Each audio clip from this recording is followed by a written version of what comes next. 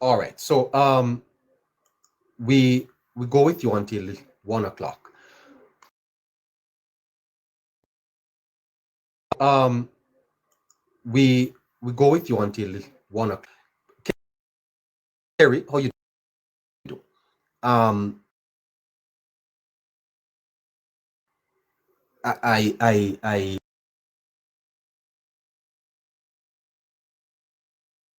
I'm trying to work through it. You see, in Jamaica, an 18-year-old student in Smoky Vale in St. Andrew. It's very, very disheartening to see the impact of violence on families and communities in Jamaica. We must come together to support those affected and work towards creating safer communities. Not much information on the mass shooting. Um, I understand 5 persons, um, including a child. The information on that is coming out. The U.S. travel advisory for Jamaica has sparked concern also among tourism stakeholders who are urging the government to address safety concerns. One other thing I want you to understand is that when violence goes up in the country, it affects the tourism product. Um, and so safety, if we're going to talk about growing the economy, tourism uh, is critical in driving economic growth. And therefore, these recent spate of shootings are very concerning. I don't think those who are involved in these understand the economic implications for Jamaica. And therefore, we urge the police force and the government to continue their drive to bring down violent crimes in Jamaica. Yeah, we don't want to get back to a place in our country where we see these multiple incidents of of murders or unaliving. Of course, the government is on a drive to spur economic growth. Uh, they want to end what is called absolute poverty in Jamaica. Absolute poverty. And we need to define what that is, but that's what the government wants to do. Step in the right direction. We encourage the government to prioritize initiatives that benefit all Jamaicans and, of course, promote economic growth and development. And then the whole matter of constitutional reform is something that I want to spend a little time on going forward to address and to explain. The process of constitutional reform has gotten off to a bumpy start, with concern raised about the proposed changes. We hope that the government will engage in an open and transparent dialogue with all stakeholders to ensure that any changes to the Constitution are in the best interests of Jamaica. But let me play for you something to set the agenda for this morning discussions. Listen carefully, okay? Listen carefully. Began the work of constitutional reform. We did Now, so. I want you to note that the former minister responsible for constitutional reform was Marlene Malahu Fort.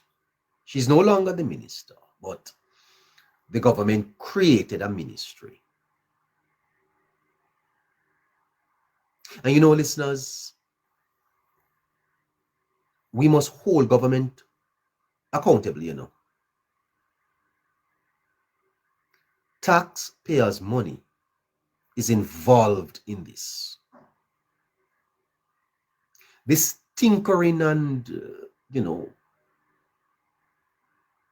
going around and the politicizing of it is costing the taxpayers, you know. I want you to understand that, you know, that taxpayers are paying for this, you know. And while Mr. Golding and Holness and the Jamaica Labour Party and the People's National Party determine whether they'll meet or whether they'll not meet, Jamaicans are paying for this, you know. Listen to Marlene, former minister in the government. Listen to her. Listen to her. On the understanding that becoming a republic was a shared goal between the governing. Okay, so first thing you need to understand is that they're working on Jamaica becoming a republic. But that cannot be done without the cooperation of both parties. The government spent the last term paying a minister, paying staff, having meetings across Jamaica. Expensive stuff, you know. And where are we this morning as far as this constitutional reform process is concerned? Are we going to go through another 5 years of cost upon the taxpayers? Huh? People have, Jamaica have other problems, you know. Right? Listen to her. And the opposition parties in the parliament. Yeah. So she's saying that the process requires the support of the opposition in the parliament. All right? And we have spent a lot of time and a lot of resources. We have spent a lot of time. We have spent a lot of time and a lot of money. Whose money is being spent? Wasting time. And this is why I'm saying to the people of Jamaica, you have to be more involved. Because while you argue about bad roads and hospitals and more pay and all of that,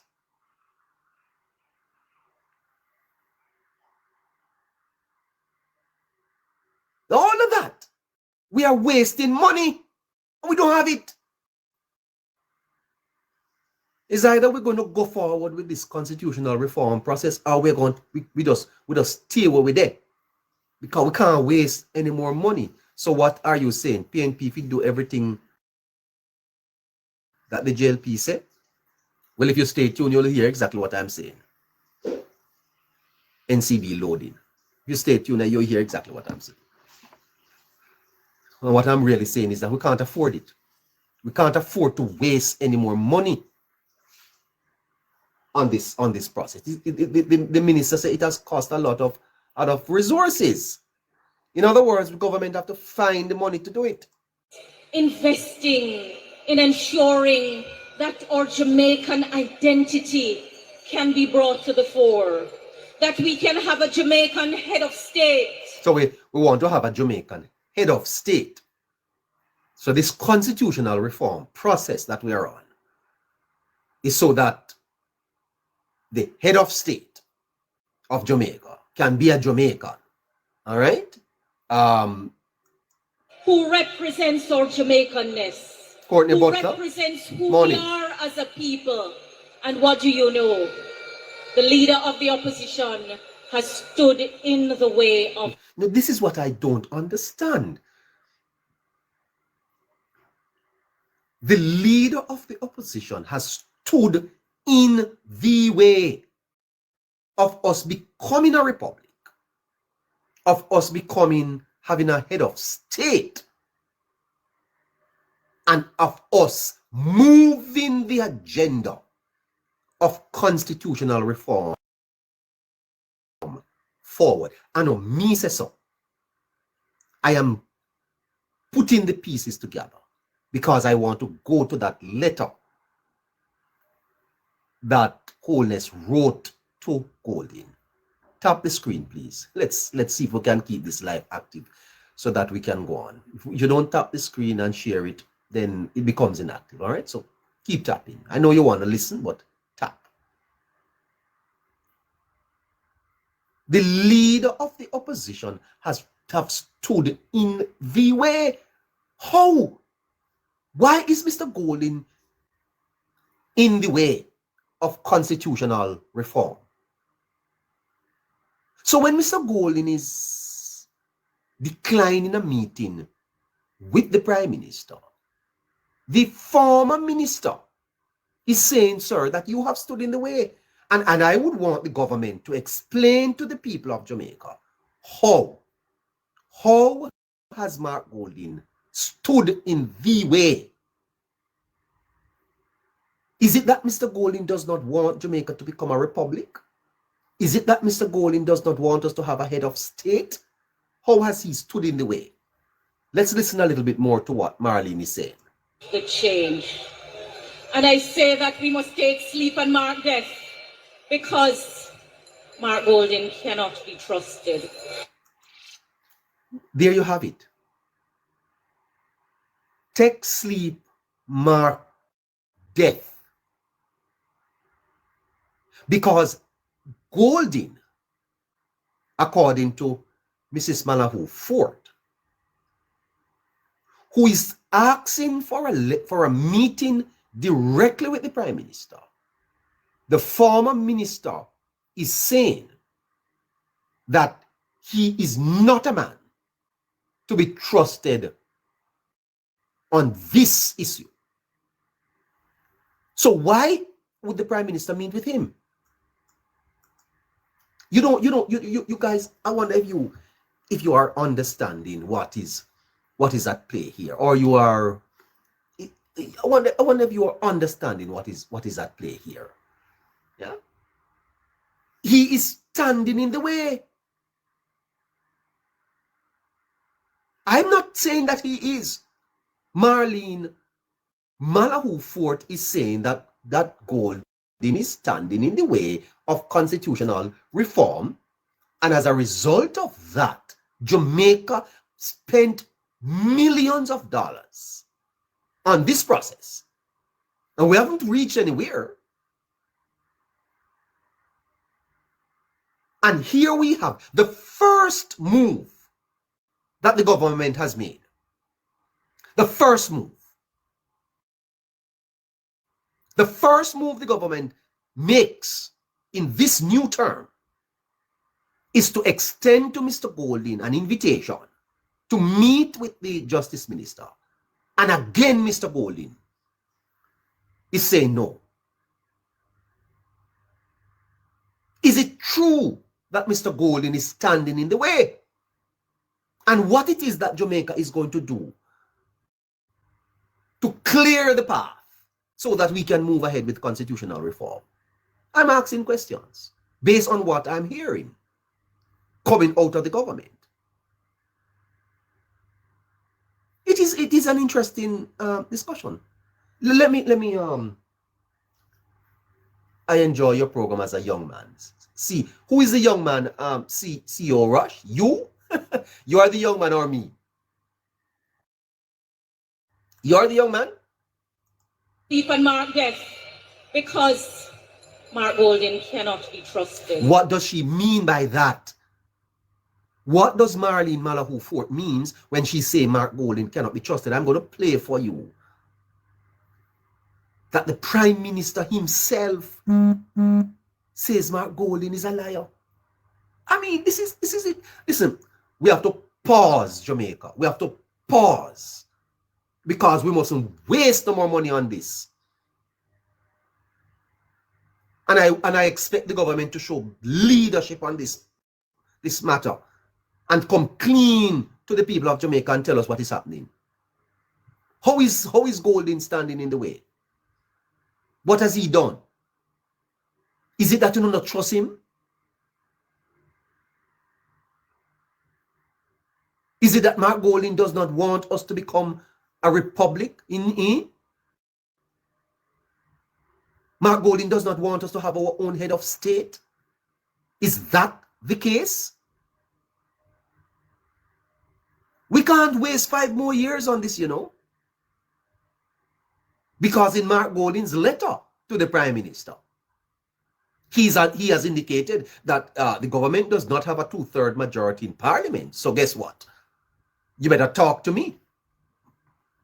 I don't understand what is happening here. He cannot be trusted. His words cannot be trusted. His words cannot be trusted. So how are we going to move forward? His words cannot be trusted. He wrote to Prime Minister Holness, asking him to move on with the change of Jamaica becoming a republic. And because he wanted it his way, he took the highway and refused to cooperate. Mark Golding wrote to the Prime Minister, asking him to proceed. And because he didn't listen to her, listen to what she said. I don't want to misquote her. Did it his way, he took the highway. He wrote to Prime Minister Holness. He wrote to Prime Minister Holness, asking him to move on with the change of Jamaica. Asking him to move on with the change of Jamaica. Becoming a republic. Becoming a republic. And because he wanted it his way. And because he wanted it his way. He took the highway. He took the highway. And refused to cooperate. And refused to cooperate. Prime Minister Holness and us have ensured that we have not politicized the reform of Jamaica's constitution, because we recognize that this work requires collaboration. The collaboration. It requires collaboration. And she says that they have not politicized it because it requires collaboration. Yes? Between government and opposition. Between the government and the opposition. The approval of the people. And the approval of the people, which means a referendum. In other words, the people will be asked eventually to make a decision based on the agreement of the two political parties. It may have to go to what is called a referendum. He has ensured that we have stalled in the process. He has stalled the process. Stall is either Marlene Malahoo Fort is being mischievous, or Mark Golding have some questions to answer. Why are you stalling the process?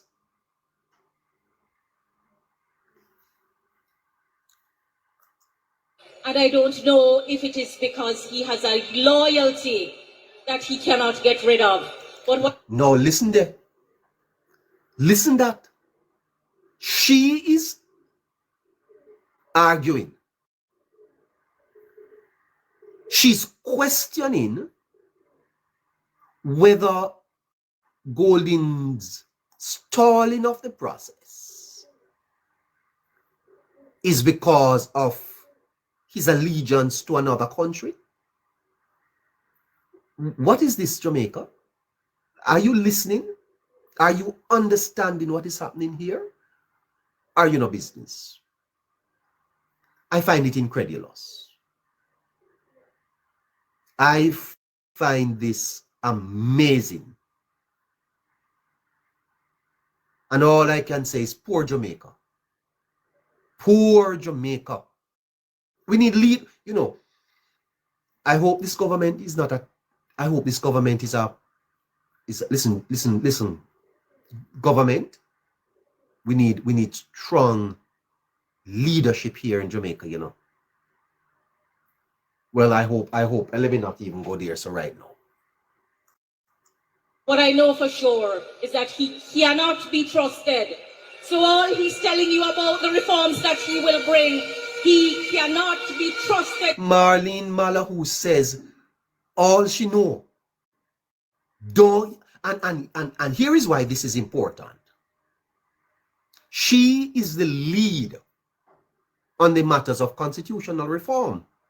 This is the minister. This is the minister standing in Sam Sharp Square before thousands of Jamaicans. She must know what she's saying. She must understand the process. She must know why she's saying that as far as constitutional reform is concerned, Mark is not into it. He has stalled the process. He wrote to the Prime Minister. Then because he never had his own way,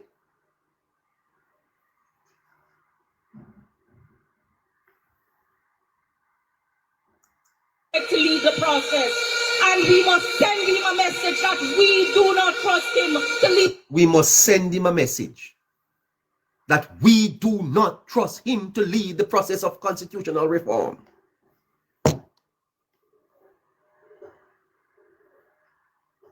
If we are going to get constitutional reform in Jamaica, the issue of trust must be dealt with. If we are going to proceed with constitutional reform in this country, the issue of the leader of the opposition must be dealt with. The government don't trust him. That is what she's saying here. They don't trust him. Which probably is why Holness don't want to meet with him. Him send him to meet with Delroy Chuck.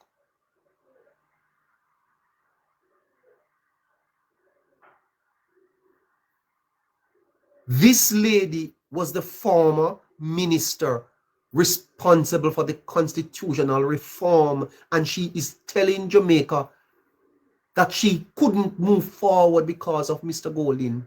Mr. Golding, she said, stood in it. Now, me say so, comrades, don't come at me. I know me say so. That Mr. Golding stood in the way. So what is the Prime Minister to meet with him about? What is the Prime Minister to meet with Mr. Golding about?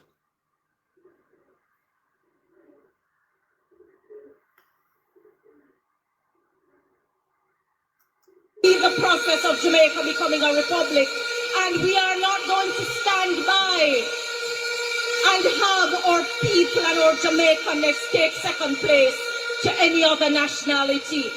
We are not British, we are Jamaicans, and we want a head of state that is Jamaican, that represents who we are, and he is standing in the way of that process. My God, hear that. He is standing in the way of Jamaica becoming a republic. Is it true? Is it true, Mr. Golding, that you are standing in the way of Jamaica becoming a republic? That's what the Minister of Constitutional Affairs, former Minister Marlene Malahou Ford, says. That the reason why we are where we are is because of Mark Golding. Is it true? Because that's very, very concerning. Very, very concerning. Let me tell you something. I have I have much more to say on this, and I have much more to play for you. If you would still. Good morning, sir. Morning. Morning, sir. Good morning, sir. Good back. He doesn't know he's there.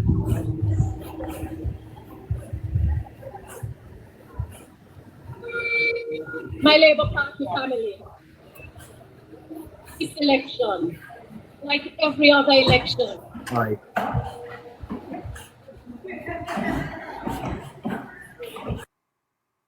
All right, so let me mute him and go there. So no, listen to this exchange. And with that cloud hanging over your head, the leader of the opposition is a liar. You hear that? Now we are moving from the constitutional minister to the prime minister. The prime minister calling the leader of opposition a liar and a man cannot be trusted. It appears as if this is an all of government opinion. I just played for you the Minister of Constitutional Affairs. And here we come now to the Prime Minister.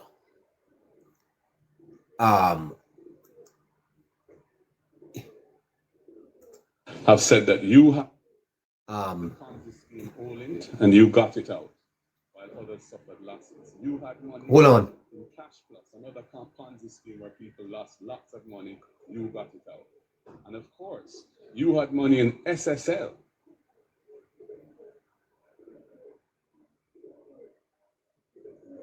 That Hussein Bey. And why do you think the people of Jamaica to have be in charge of the governance of the country for a third term with that track record and with that cloud hanging over your head? The leader of the opposition is a liar and cannot be trusted. I lost money. I don't know why this statement was not picked up on,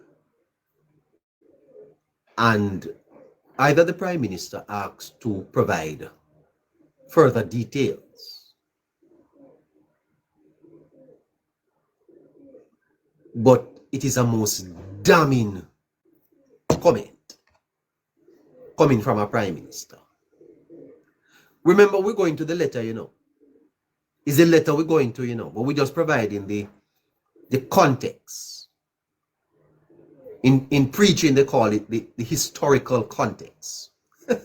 You have to transition into the main point. We're providing the context, and we went to Sam Sharp Square. We told you what Marlene said, and here we now we're at the leadership debate. Because remember, the government wants to move the process of constitutional reform forward. But there is a big problem. And the previous minister is telling us that it was stalled because of Golding. And she went as far as to say he's not a man that the government trusts. But the Prime Minister, willing to advance the process, writes to him and invites him to meet with the Justice Minister, who replaces Malahu Fort. And the leader of the opposition don't write back to the Prime Minister directly. he sends the letter to the media. And G2K this morning, we'll get to what G2K is saying. Well, G2K is saying that the opposition leader continues to disrespect the prime minister. Now, do you see that as a disrespect? Do you see that as a disrespect that a prime minister writes to a leader of opposition, invites him to a meeting with his minister? In other words, let me tell you this. In terms of protocol, a designate is the person. So if the prime minister designates Chuck to meet with Golden, Golden is by virtue of the meeting with the prime minister. It's just that the prime minister is not there in person, but a designate is representing the person who you are, you know. It's like God sent Jesus. Jesus is God. So when God sent Jesus to die,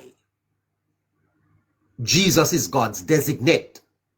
So who is it that they are dealing with? Is God. So when you deal with Chuck, you're dealing with the prime minister.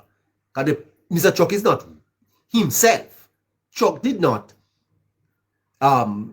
initiate the meeting. The meeting is with the prime minister on behalf of the prime minister. Only problem with Jamaica, you know, is that anyway, let me not criticize our people. they don't think. I want you to listen again to this, and because I think it's why we are where we are. It is why we are where we are, because if you listen back to the debate, the leadership debate, you'll realize that there's no question that the relationship between Golden and Holness is strained. Very strained, as a matter of fact. And it doesn't appear that Mr. Holness cares to meet with Mr. Golden. Well, at this point. But he's prime minister. And so he must act on behalf of the people. And therefore, as a means of doing his national responsibility, he designates a minister to meet with Mr. Golden. And I think that's quite appropriate. As I am explaining, Chuck would be his representative, because Chuck would have to report back to him on the meeting. The leader of the opposition is a liar and cannot be trusted. Listen to that. It's one thing for it to come from a minister in the government, which I think it's Jamaica is suffering because it does not have good media. The things that we discuss in media are not the things that are of premier importance. This here requires some explanation. Jamaica is suffering because media and music them play. Most of what we have for media is, you know, just infomercials and a quest to make money.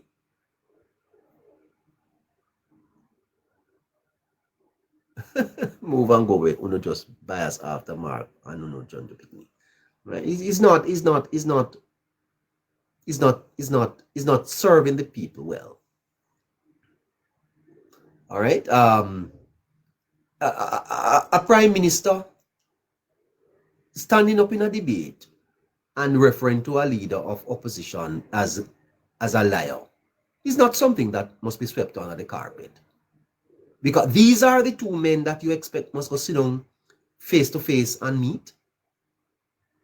Did you hear what Mr. Golden say of Mr. Holness? Why Mr. Holness referred to him as a man that cannot be trusted?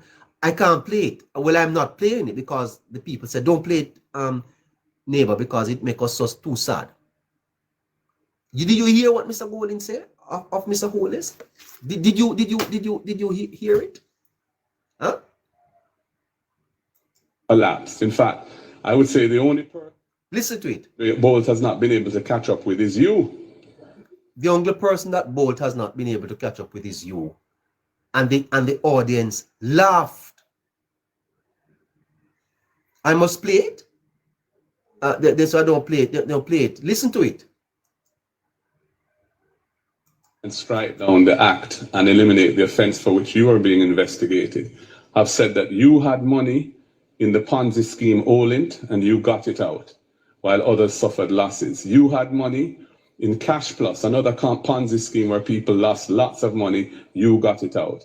And of course, you had money in SSL and you were able to withdraw your money before it collapsed. In fact, I would say the only person that Usain Bolt has not been able to catch up with is you. The people in the audience laughed at that moment. Cut Mr. Holness to his bones, I can tell you. Tap the screen, please. Share the live. Tap the screen and help us to achieve our live goals. Or we have to close at 12. Tap the screen, guys, please. Please tap the screen.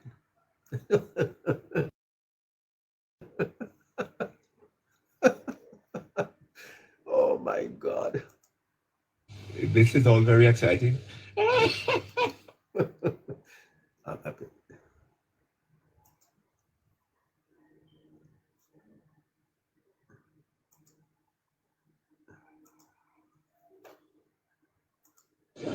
And I want to ask you, how do you think and why do you think the people of Jamaica should trust you to have be in charge of the governance of the country for a third term with that track record and with that cloud hanging over your head? The leader of the opposition is a liar and cannot be trusted. There you have it. In a national debate, the leader of the opposition is a liar, cannot be trusted. Now, if I say so, what basis do I have to say something like that? If you say it, you're a mere blogger.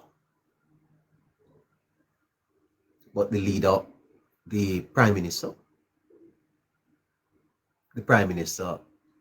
calls the leader of the opposition a liar.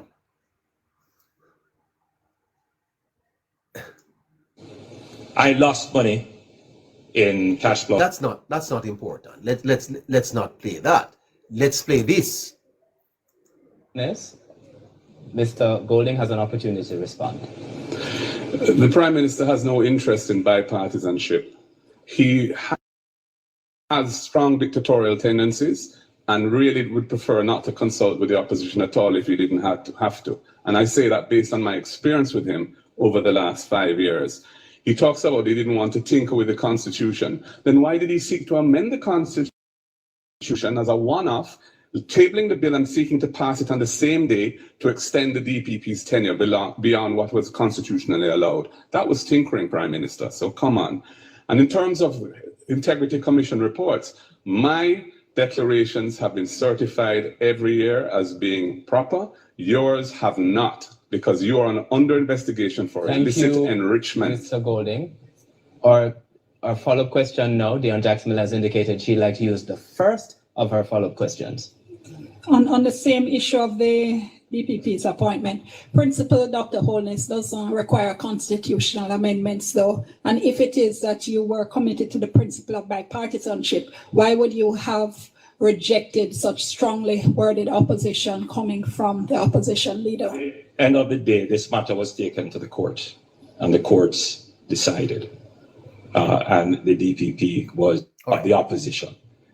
In my own, very clear that the Constitution. You not implement this, but you disregarded it. There are parliamentary review of sensitive positions, and I want to be also very clear that the constitutional reform process that we have put in place would take into consideration all of these proposals that were made. We cannot tinker with the Constitution, doing a little thing here and a little thing there, and therefore we decided to put it in a comprehensive process, again, which the opposition has thwarted. But since I have some time, let me also address some other issues. Well, what I wanted to play for you there is where he says that the opposition has thwarted the constitutional amendments that were brought to the parliament. It is very interesting, and therefore here we are this morning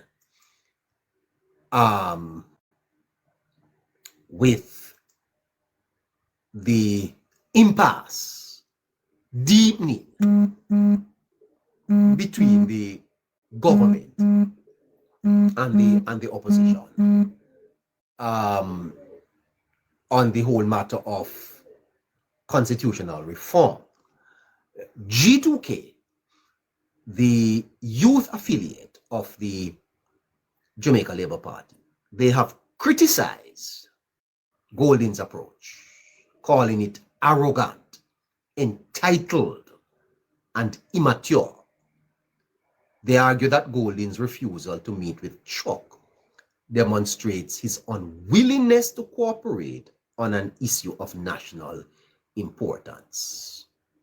Yeah, so G2K has jumped in to say Golding is arrogant. He's behaving like he's entitled, and he's immature.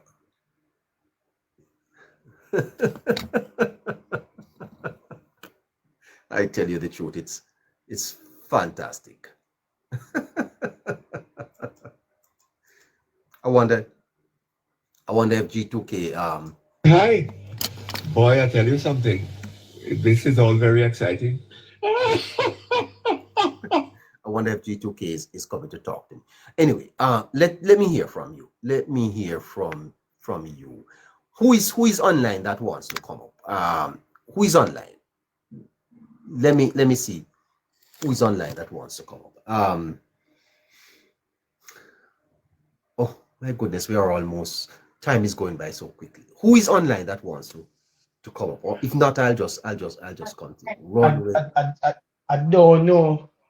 I don't know if my background I go affect anything here because my grandma is right here with me. But I've been following the conversation, and based on what I've heard so far, is that there's a meeting set with the opposition and Delroy Chuck, and what happened as a result of that.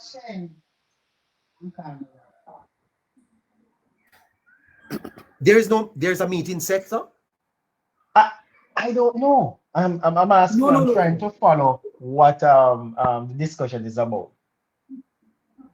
No, man. The Prime Minister wrote to Mr. Golding. Okay. Hold on there for me, sir.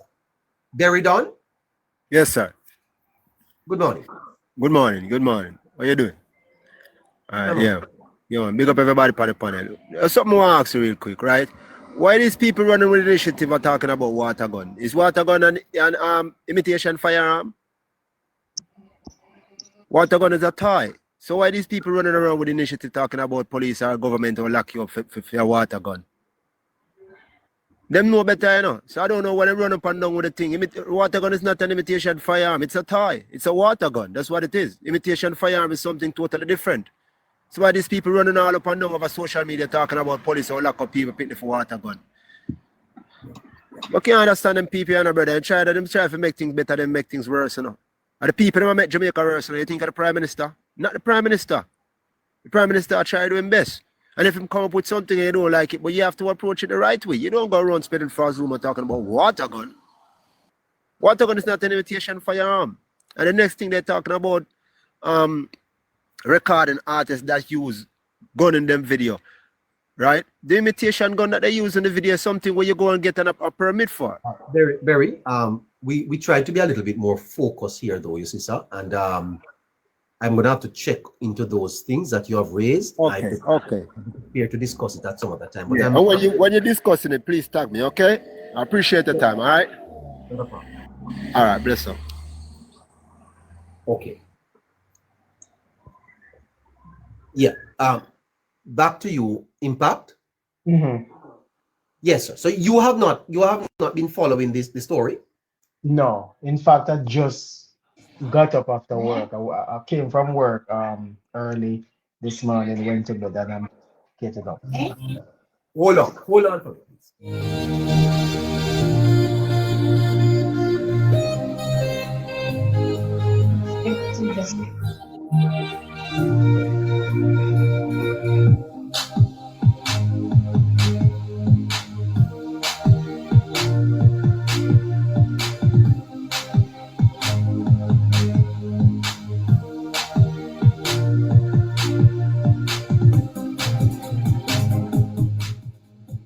All right. Impact. Hello. I'm here. Yes, sir. So the whole matter is coming out of a letter written to the. Are you following me, sir? Yeah, man, I'm hearing. Yeah. No, but I'm hearing someone in the background. That is distracting. All right. So, Miriam, explain it. I'll go in the comment. Okay.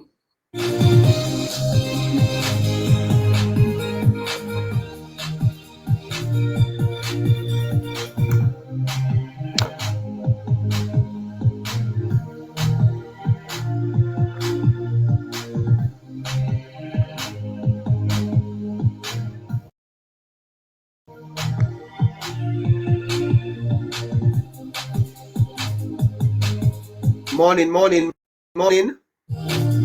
Spooky, Miss Attitude. Hello.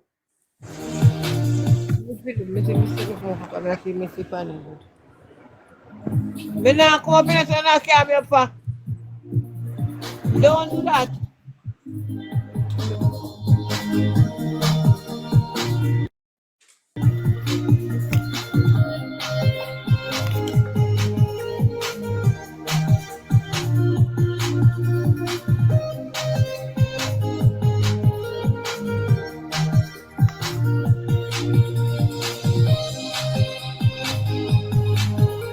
Well, ma'am, my dear ma'am, you would have never been brought up if you never sent a request. So you mustn't do that. All right? Great. Good morning, Lush. Good morning. Morning. Hello. Hello. Hello.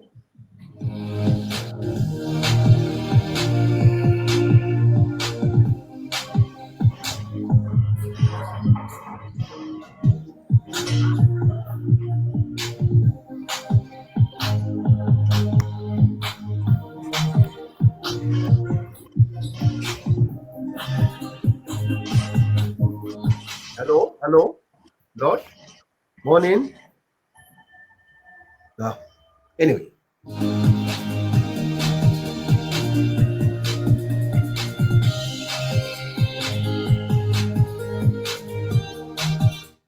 All right. Don't wrong Mark. Don't go or sin. Just nowhere. This man believe him a God. Okay, well, that is what. Any word on the latest report on investigation by the IC that they sent to Parliament? No word on that. No word on that. All right. So the fact of the matter is that the relationship between the Prime Minister and the leader of opposition is no doubt strained. And whilst it is difficult. Good afternoon, Karen. Good afternoon, ma'am. Yeah, I just see a request from you. Well, I don't know. Maybe one of the moderators did. Yeah, it was counting down. How are you doing? Not too bad. How about yourself? Well, it's even better hearing from you. How are you? About to start getting ready for going to the dentist. Not too bad. That's good. Know that you are here. What you want to talk about? Well, neighbor, me hear you mention something earlier. Because me catch you later about Mark wanting to meet with the PM. I wouldn't advise him because Mark's a lie. I'm a normal prime minister and I want him to tell a lie on him. You understand? So that's the reason why meet with him. Probably not right now anyway. Seeing that we just passed the election and all of the commotion and everything. You understand? Yeah, him just know so he must send somebody to represent him, which is Chuck. And we agree on that. Yeah, I agree too, ma'am. I think that and the thing I was explaining to the listeners, ma'am, is that a designate.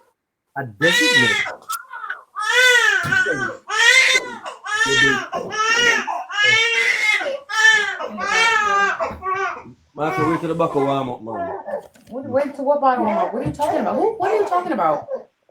You think I ought to say I No, I wasn't. You thought about it. I wasn't. All right, boy, I tell you. Tough this morning. Yes. Fully? Neighbor, yeah. Yeah, I'm saying to you, ma'am, that when a designate is chosen, that the designate actually represents the person, the prime minister. So there's no separating of a designate from the original person. Correct. Yeah. Mm-hmm. And Mark no too. Is that trap him I try setting out with everything with them have gone with since election passed. You understand? It's a trap. But the prime minister is not buying to it. The real issue here, though, you see, fully, is, as I have been discussing, the former Constitution Minister Marlene Malahou Ford clearly stated that Golding is holding back the process and that he cannot be trusted.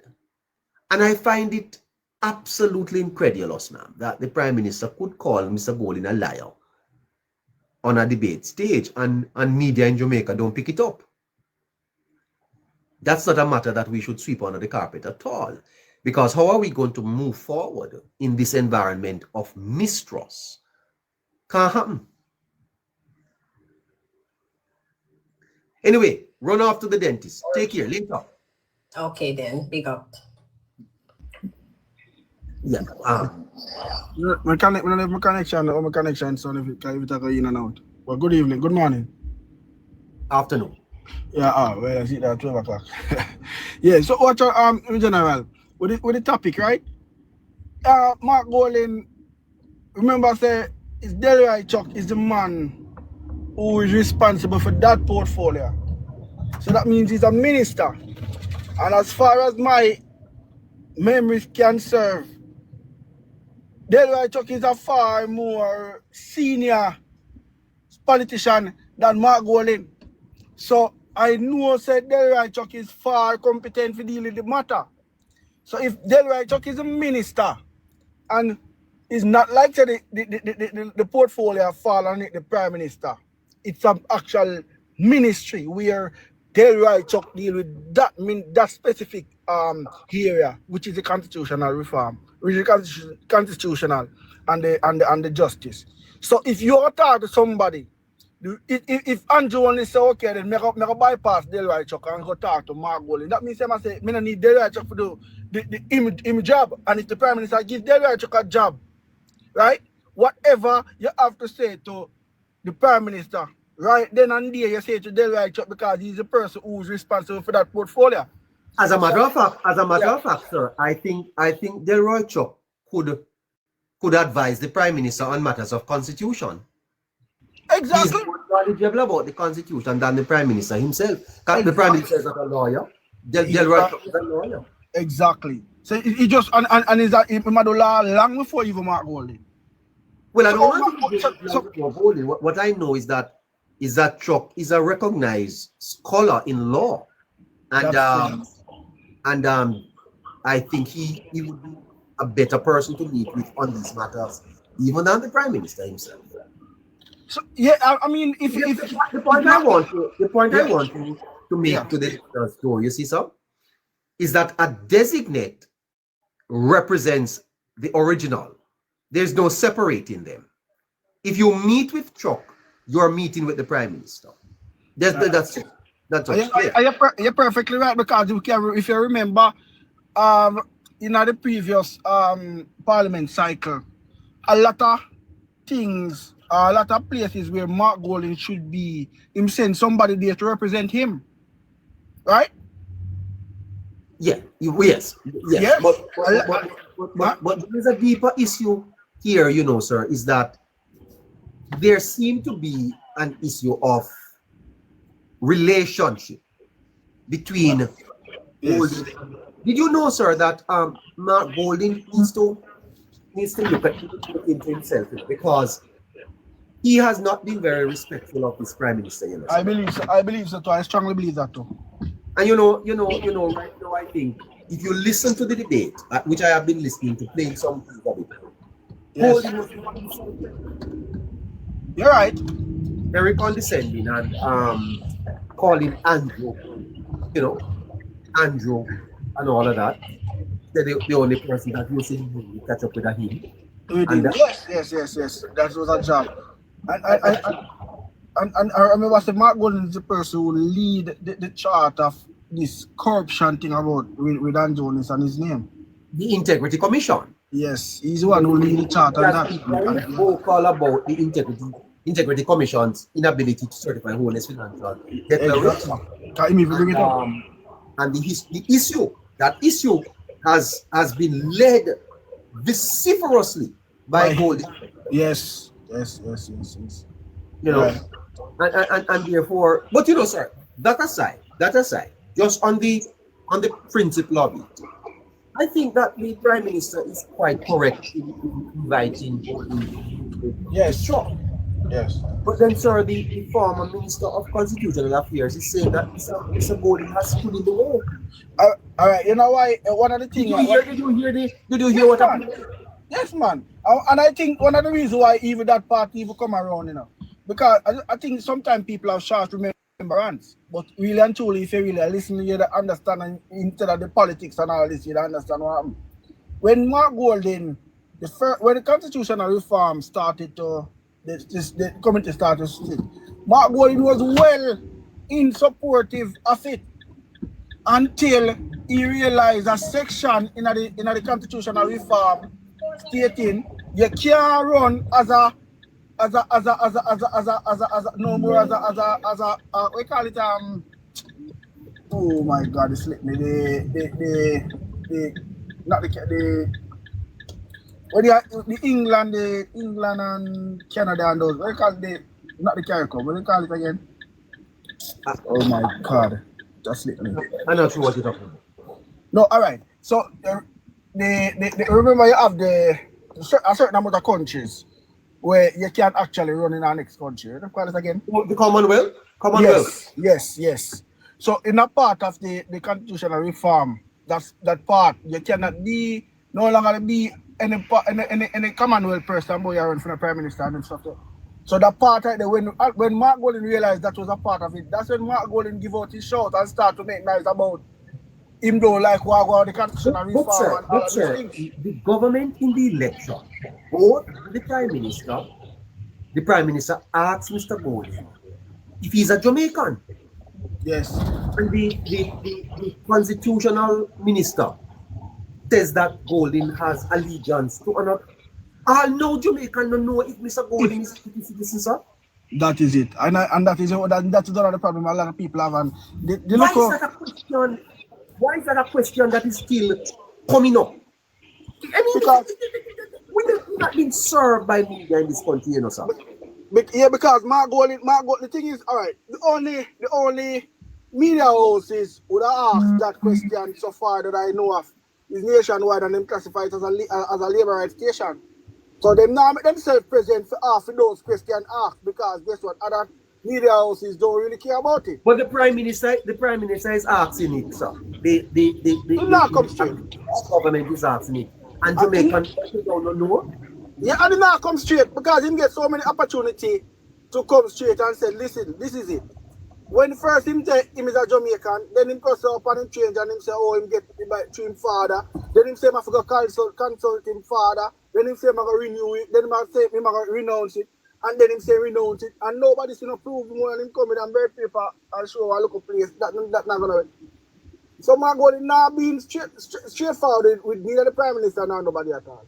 I don't think it is. I think it's a matter. I think it's a matter that Jamaicans deserve, sir. Deserve an answer to.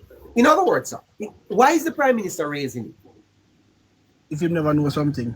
Why is the Prime Minister raising it? Why is Marlene Malahoo Ford continuing to raise it?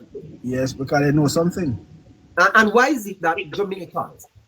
Why is it that Jamaicans are not concrete in their minds that this is so, that the man has renounced his citizenship and he's a fully Jamaican? Yes. Where was he born? Where was he born? I mean, was he born here? Up to now, I don't know. Him say bad, you see, but we don't know about that. I don't know, sir, and I see the government still asking questions about it, so I am confused. The only person can clear this is him. Is him. And I think that is another problem. And to be honest, that's another thing that I think why they lose the election the last time, because he's not being straightforward and he's not being authentic. Let me tell you something, you see. Let me tell you something, you see, sir. And I'm going to be honest with you. Jamaica full of hypocrisy, you know. Yes. It's almost as if, sir, once something affects our politics, we don't want to speak the truth about it. Yes. You understand me? And we need to get rid of that. You know, so you see this constitutional matter, it has cost Jamaicans millions of dollars, you know. I know that. Everything. And you know, sir, the minister said it, you know, that we have spent a lot of money on it. And we know they know where we did get, you know, sir. That is exactly because we want to fix in Jamaica. We can't spend 5 more years with this, sir. We need to move it forward. That is it. And to be honest, all right, I'm a supporter of the Jamaica Labour Party, to make it clear, right? But right now, I willing enough to plead to my Prime Minister at this time. I am not for the Caribbean Court of Justice. No way, the CCJ, no way, shape or form. I don't trust it. But if we can come to a middle ground with them, meaning we say, okay, it has to be something tie in the constitution, it has to happen. We are all right then. If I saw then we're gonna move away from the Privy Council for the next 10 years, and for the next 10 years, any government come in has to continue the transformation and make sure that our court can stand up to be the final court of justice. But if not, if the opposition don't plan to come that way, then at least government, I would want the government to come after with them. But you know, sir, what the government wants Jamaica to have its final court right here in Jamaica. Yes, I know that. By the way, there's a personal matter that I have, and I don't want to talk about it. But you see, there's the Court of Appeal in Jamaica made a ruling. Yes. Made a ruling on behalf of a company that I work for. Yes. It's been more than 3 months, and I'm putting it out here. Yes. Because my listeners, you may see me on the news this week protesting, because the Court of Appeal made a ruling. An agency of government, and today, despite the ruling communications from us to them, they have failed to honor the Court of Appeal's ruling, and it is a disgrace. Yes. The rule of law, sir, must prevail. The rule of law, sir, and I'm calling upon. Well, you know what? Let me leave that matter at a point, because I'm going to speak about it, you know. Yes. And if I don't hear from them this week, sir, I am going to expose it. No, you have to, you know, because after 3 months, the Court of Appeal, sir, made a ruling. And if the Court of Appeal makes a ruling, then I don't see how an agency of government can be silent on it. And that's one of the reasons why I'm kind of scared of the Caribbean court as well. That's what I'm This is the saying. point I'm making. This is it, sir. This is it, sir. Because the opposition, you see, wants the Caribbean Court of Justice to be our final appellate court. The Jamaica Labour Party wants the final court to be in Jamaica. Yes. There are problems on both ends, you know, sir. Yes. But then there are also problems with the third option, which is the Privy Council. Yeah, because there's a Because far. you can't access it, sir. So easily. You have to have money. Listen, my brother, let me tell you something.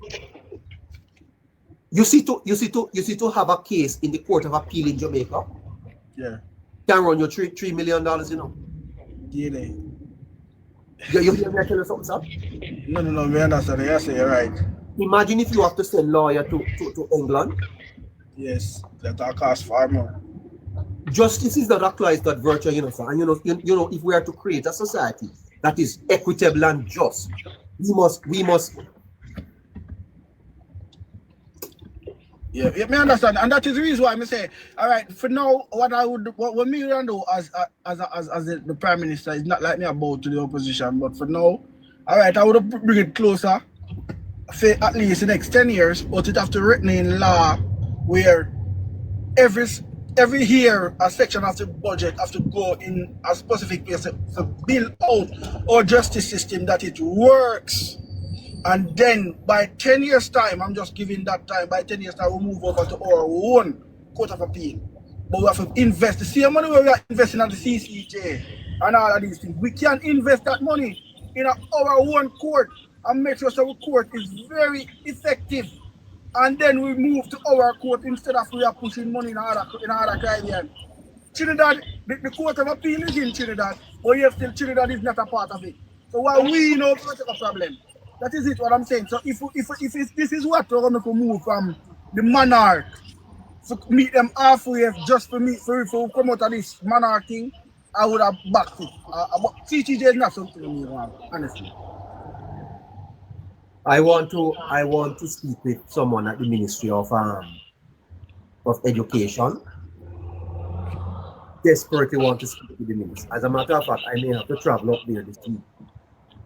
Senator Morris Dixon, Rhoda Moy Crawford. I need a representative from the Ministry of Education. And there's a very serious matter that needs to be addressed. Very, very serious. And I don't want to make it public. So I'm asking for someone from to talk to me. Because we need justice. Justice must not only be done, it must manifestly and undoubtedly be seen to be done. Yes. And if the Court of Appeal lays down a ruling, I don't see how a state agency can be silent on it. That's ridiculous. We're not dropping a socks in here. Anyway, sir, thank you so much. Thank you. Bless you. USA? Yes, neighbor. How are you, man? Barry Mighton, if you're listening, I want to talk to you. Barry Mighton, if you're listening, I want to talk to you. I want to talk to someone from G2K. G2K, if you're listening, need to talk to you. Good morning, sir. Good morning, neighbor. How you doing, man? I'm kind of a little bit down a little bit because you know all what's going on with the Prime Minister and the other guy. Yes. You know, and how I look at it, look. You said some Jamaican people, they are hypocrite. That's truth. They are. They doesn't want to come out and just put it on the table and just spill it out just the way it is.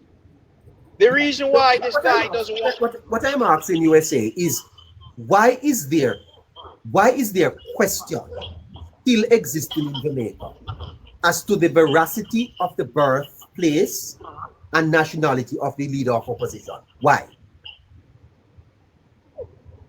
Neighbor. Is this not a question that should be put to bed, rest. There is something there what that guy hiding. This guy hiding something, and the Jamaican people supposed to demand what's going on with this guy, because all these time he have enough time to put everything on the table, and he still doesn't want to put it on the table. This guy lying at all time. That's the reason why the great honorable Prime Minister called him a liar on a debate stage. Well, then, sir, I am saying to you that statement by the Prime Minister requires some looking into. Why would he do that? Because he knows something what we, the public, doesn't know. He know. The honorable Prime Minister know what's going on. Well, he should share it. And the honorable Prime Minister have all right not to speak with this man. You think so? Yes, I strongly believe that. I strongly believe in that.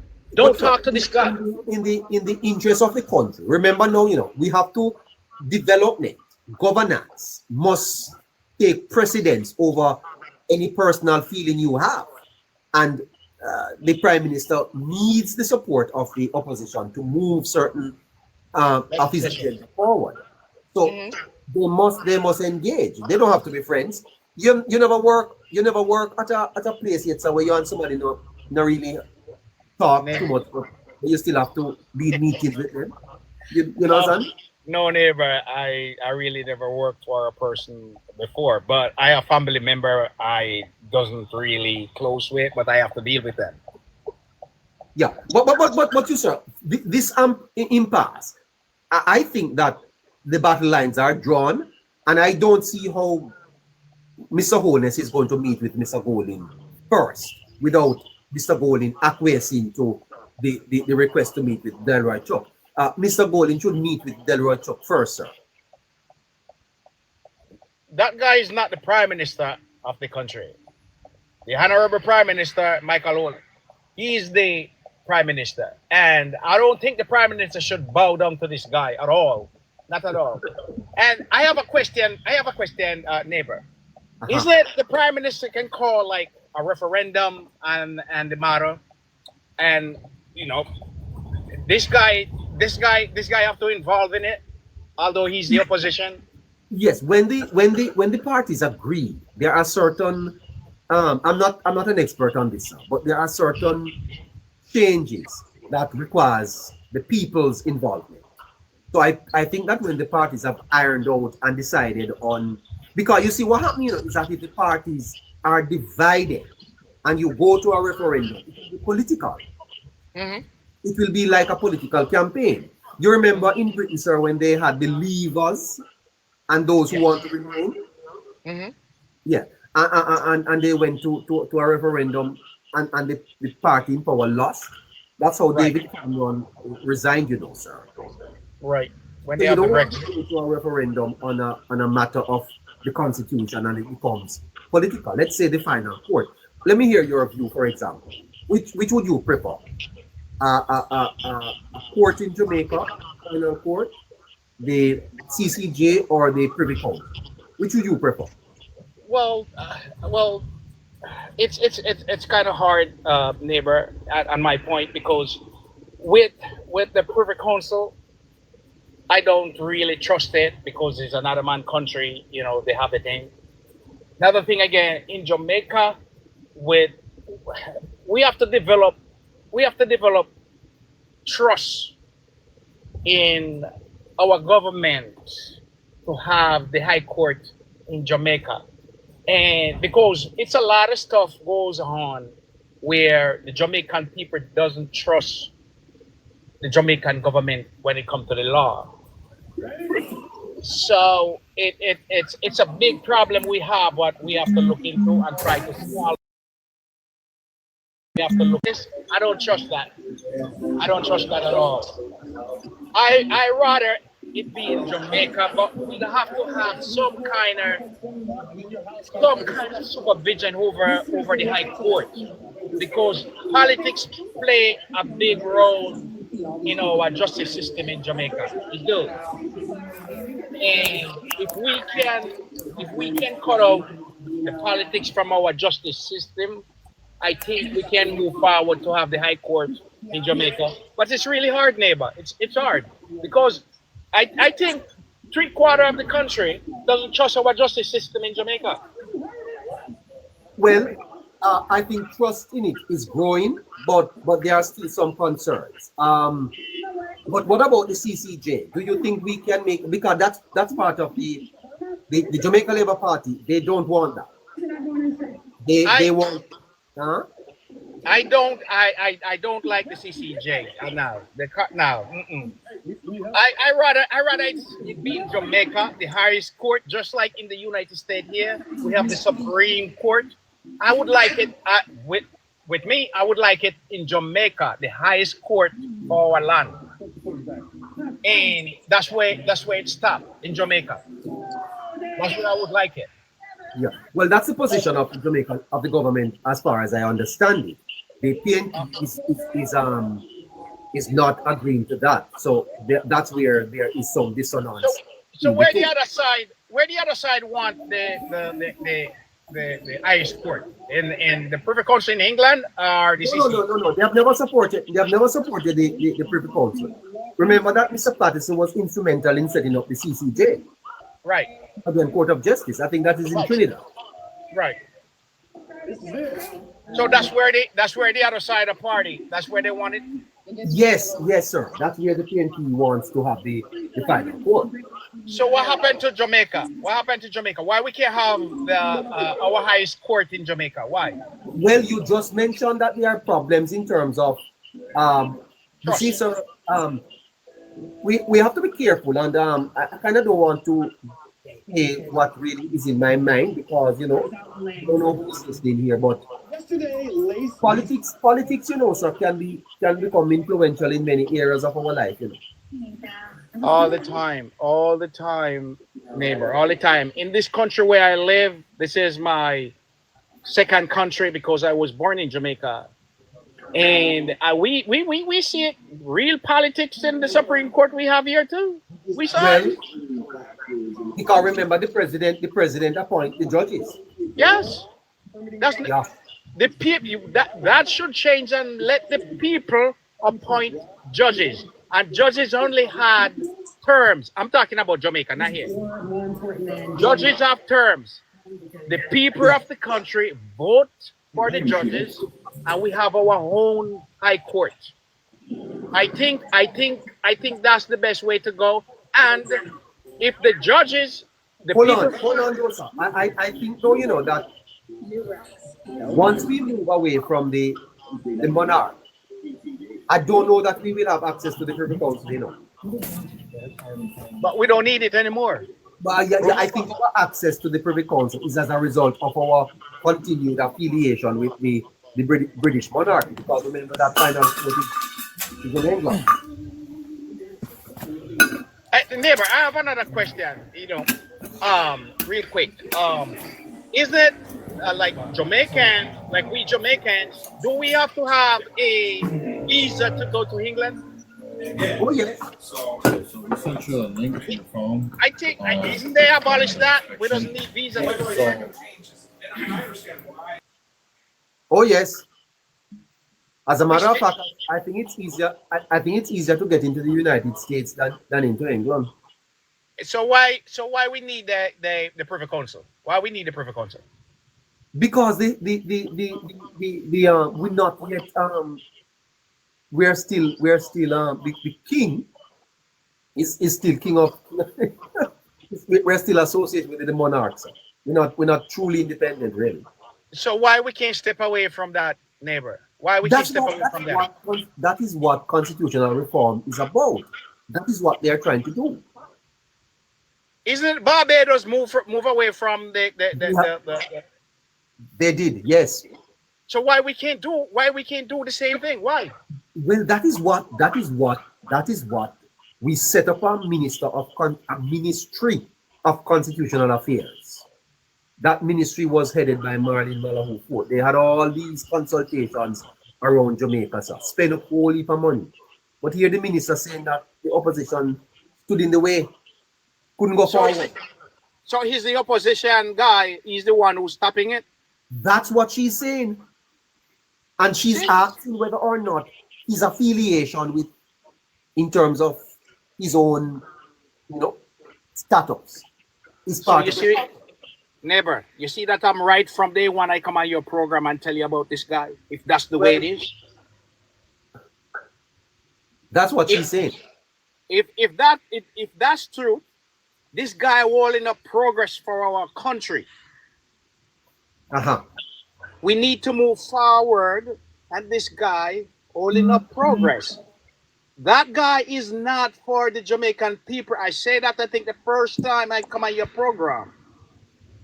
He's not for the Jamaican people. And a lot of Jamaicans, they are hypocrites. Well,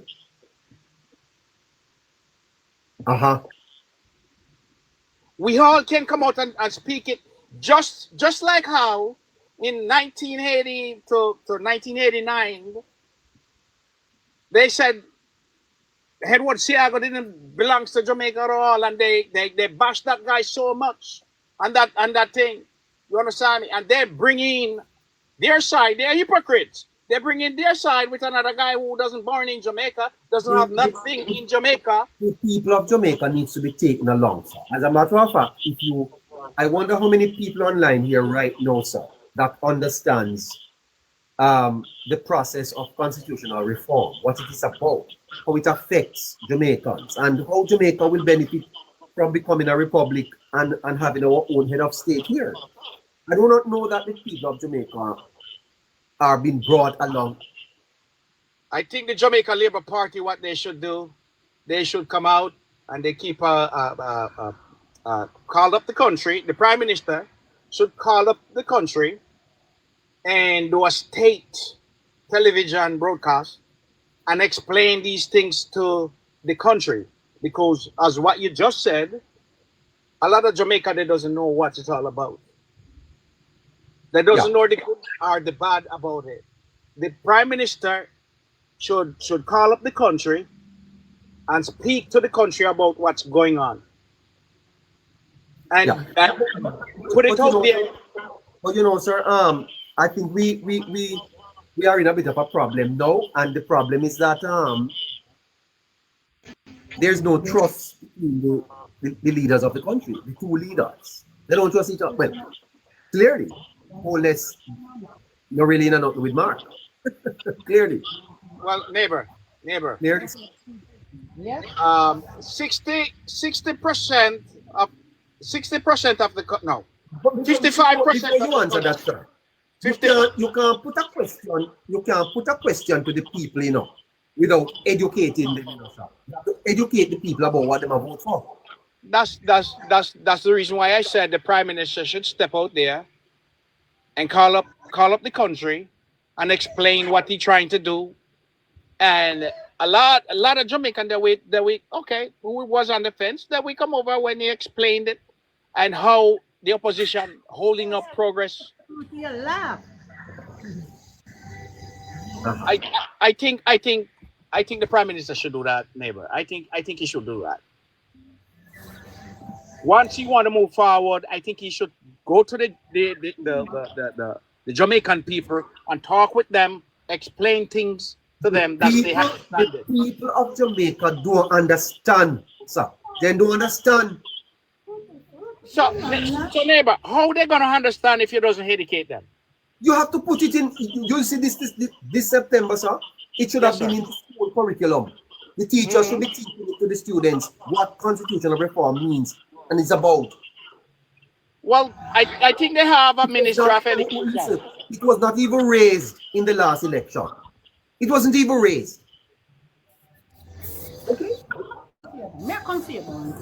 What we were talking about is IC report and who are going to jail and all them foolishness. Neighbor, Jamaica in big trouble. Jamaica is in trouble. Yes. And I pray God every day to help our little island, man. You know what I mean? Because we're moving forward, but slowly but surely, because we have a lot of people standing in the way. And those people need to get out of the way. They need to get out.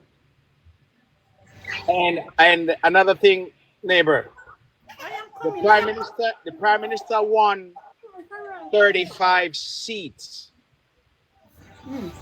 The prime minister have to keep meeting with his MPs and let them know the election, this election we won, it didn't won by the member of parliament then. It won by one only person, is the prime minister. Because a lot of the member of parliament, they're not doing their job. They're not doing their job because I hear about it even in the constituency where I'm from.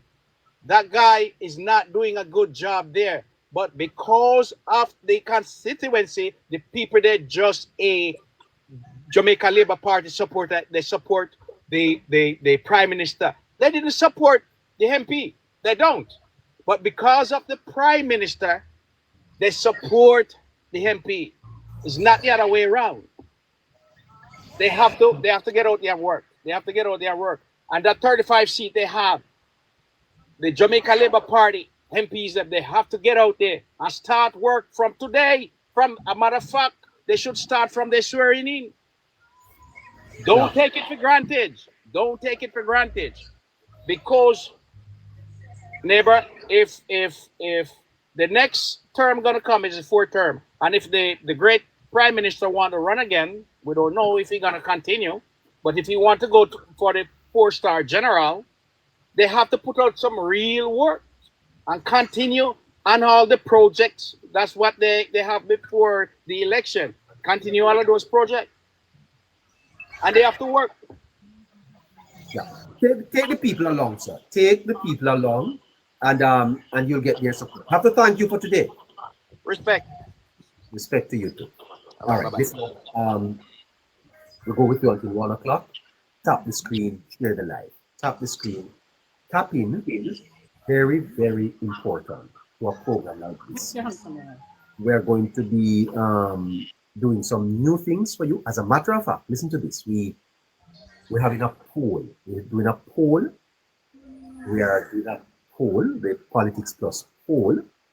We want to ask some questions about the recent elections, but we need sponsors. Can you sponsor the poll, please? Can you sponsor the poll? If you can, 876-858-9553. We want to send a researcher to ask some questions. Bring the results to you. Come, just finish up the spoon. Nana. 876-858-9553. One like say you're big, you know. Morning. Okay. All right. So that person doesn't know that they are online. Top Boss and Courtney Butler, I'm bringing you up if you want to have a conversation with us. Need sponsors for the Politics Plus poll. Okay? 876-858-9553. You don't have to sponsor all of them, but you can put some. Top Boss, good afternoon. Good afternoon. Courtney, good afternoon. Good afternoon, neighbor. Where are you calling from? Clarendon, Mitchelltown.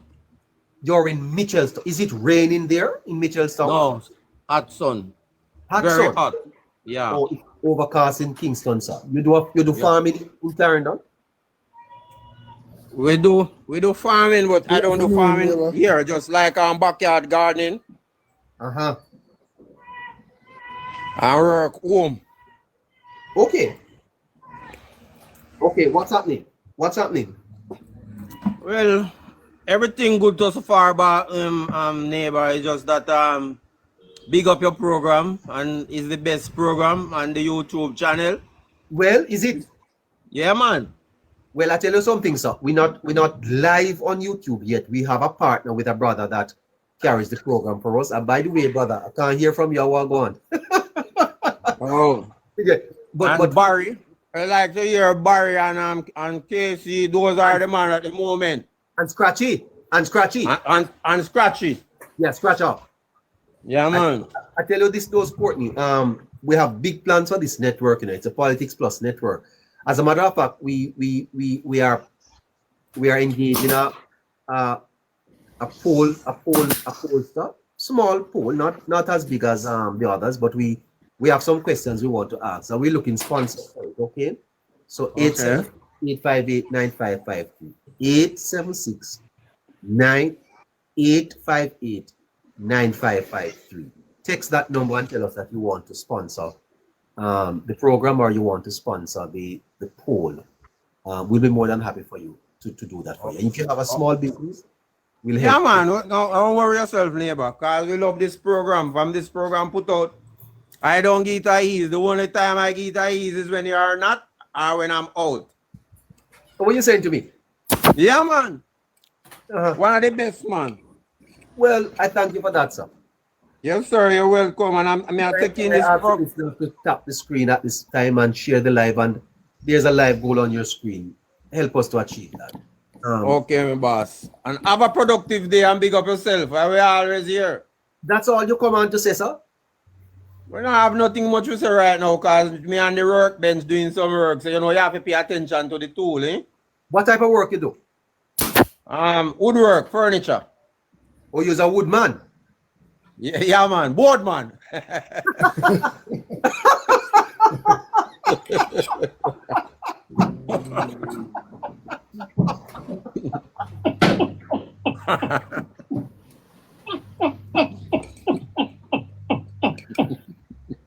Oh gosh, I can't believe me high. Boy, I tell you something. This is all very exciting.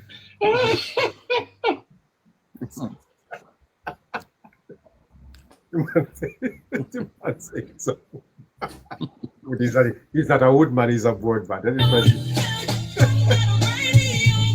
All right, sir. All right, sir. Take care of yourself. All right, neighbor, big up yourself. I keep listening and I'll take your information. Don't worry yourself. We will be on your watch.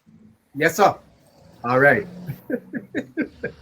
All right, my boss. Big up yourself. One love soup. Is your girlfriend there with you? Is your girlfriend there? No, sir. When there? With your girlfriend there?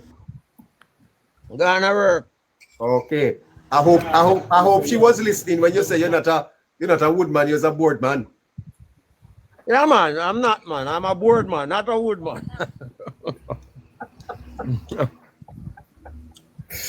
Oh. And you know, we want to big up to neighbor power, man. We like taking power, man, you know. Very good, sir. A little bit yes, sir. In the afternoon for you at 15 minutes to 1 o'clock. Take care. All right, my boss. Big up. Goodness gracious, board man in Clarendon. All right, Courtney. Yeah, man. All right, boss. Big up yourself. One love. How you doing, top boss? Yes, neighbor. Good day. Hey, what on? I'm there upon the work, see me. Like my friend. See, I work me do like my friend, you know, but woodwork. No, board work. What's happening to my Jamaican brothers at all? No, they don't want to talk about wood. Why you can't tell about you about woodwork again, you know, sir? Yeah, okay. Yeah, you can't tell about woodwork again. I'm telling them board work. I tell you. I listen to the program, I enjoy the program, you know? Yes, sir. Yes, man. Uh-huh. I want to say something, you know, I think the opposition is still believing that they are part of this government, you know. And they are the government, you know. But that's yeah.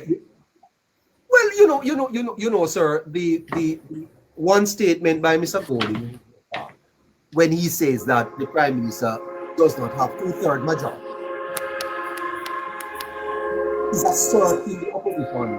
When you don't do that, you know, sir, there's something about negotiating that you give and you take. But when you're going to come up sorry about the noise, you know, that's all right. That's not good at all, sir. That's not good at all. We definitely be clear and distinct. We need to be clear and distinct, sir. Yes, ma'am.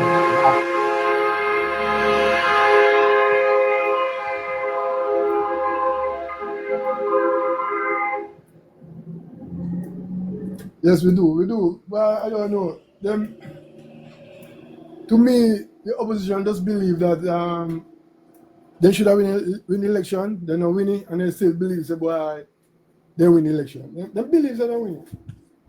As silly as that may sound, they believe that they win. Yeah. Well, it's going to be interesting. Parliament reconvenes tomorrow, and and we're going to see the posture of the opposition in terms of debates, questions that they're going to ask, their strategy going forward. It's going to be interesting to see. No doubt the opposition feels emboldened by their numbers of 28. But I think the government has its feet firmly planted on the ground. I see no reason why there should not be a pressing forward with the government's agenda. Clearly, Holness is going for growth. Right. This is term, and Jamaicans should begin to see tangible improvements in their standard of living, and the infrastructure of the country so needs continued work. I traveled all the way to Falmouth the other day. The roads are pretty bad. So there's much work to be done across the country, sir. The government clearly will need to sit down with the different stakeholders and chart the path forward. This matter of constitutional reform, my brother, I don't know that we should be spending so much time on it. If it can't happen, why just can't happen? No, but neighbor, it shouldn't care happen. It should have happened. But both sides, sir. This is not a matter that the government can do alone. Why? It's not a matter that the government can do it. The government had 49 seats last time, and they couldn't do it. You think they can do it with 35? No. You know? They need the opposition support, but the government is saying that Mark Golding is standing in the way. That's what they're saying, you know. Yes. Because look at this now, sir. The Prime Minister writes to you and he says to you, meet with Delroy Chuck. And you say no. That don't make sense. That don't make no sense. No sense, sir. That don't make no sense at all. No, if you're a boss and you have an assistant and you say to somebody in your company, say, meet with my assistant. And then I'm going to say, no, you me want to meet with. But then, hold on. Uncle Juliet can't say that. It's not true. That's so true, man. That's so true. The Juliet supposed to can make them the comments say, well, I'm not meeting nobody else want to meet with you. The fact of the matter is, this is not about Golding and Holness, this is about Jamaica. That's true. And therefore, you meet in the interest of the people of Jamaica.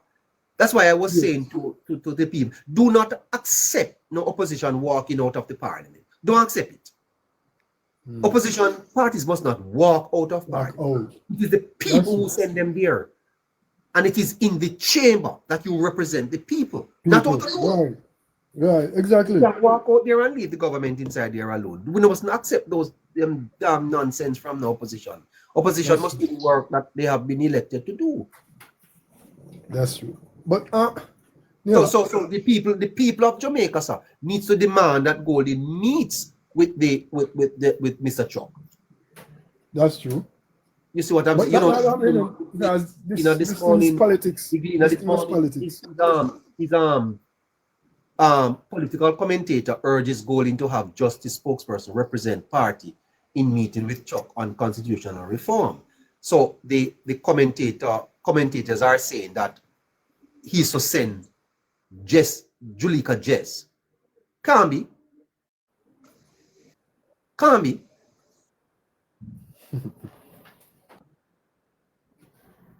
You understand what I'm saying, sir? So right now there's a stalemate, and it is consistent, and it is consistent with what the government is saying. Jamaica, so they no business, because them no, it's almost as if it don't really matter to them. Matter, yeah, it don't really matter, but it does matter. It does matter. And I believe that the opposition leader says that Zulika Jess is to go and represent Golding, the government should say no. No. It is the leader of the opposition that the government wants to meet with. When you meet with Mr. Chuck, Mr. Golding, you are meeting with the government. That's true too. That's true. You are meeting with the government. That's true. He is the Minister of Justice and Constitutional Reform. You can't get higher than that, sir. That's true. Definitely not. Yeah? And when you meet with Chuck, you can highlight your point, right, and then state your objections, and Mr. Chuck will take them to the Prime Minister. And if there is a meeting to be held with the Prime Minister thereafter, then that can be worked through. But as a first step, go to the Prime Minister first, sir. That's true. That's true, neighbor. That's very so true. That's so true. Yeah. That's so true. Come on, and you and Mr. Golding needs to just put away the personal feelings here and all of that. Do it for Jamaica, Mark. So do it for Jamaica, but I don't think you have Jamaica at heart at all. Yeah, so this commentator in the Gleaner talking about Golding needs to send Julika Jess. What Julika Jess know about constitutional reform at this point? She just got the job as exactly. On job. Would she have been properly briefed on it? No, huh? I don't think so. I don't think so. Don't think so. No. What is the way forward, sir? What is the way forward? Because clearly what I want to know is the relationship between these two men right now is strained. Yes, and it's not good for the country. Definitely not good for the country. It's not good for the country. But I was wondering if our constitution, as it is different from Barbados. Because Barbados in recent times have become a republic, Right, without asking for the opposition feedback and anything like that. I think they barely have an opposition in Barbados, though, Mayor Motley is dominant there. I think the opposition, I don't think they have any seats in the parliament. I would need to check that. Oh. Yeah. I don't know that we're gonna move forward with constitutional reform in Jamaica. I don't think so. I think that I don't know. I hope that what I'm saying, I would say that there are more pressing matters right now that we have to do. That's true. Economic. I would say the crime situation is a problem now. So yes, did you hear about yes, that 11 that them showed up and 5 dead. Careful of the language here, sir, but that is a problem too. We have definitely a problem. Definitely a problem. But I don't know what to say on here because this thing is really serious. Yeah. I mean, and them say on the news, on nationwide news, they were saying that the gentlemen them dress up like police. So I don't know.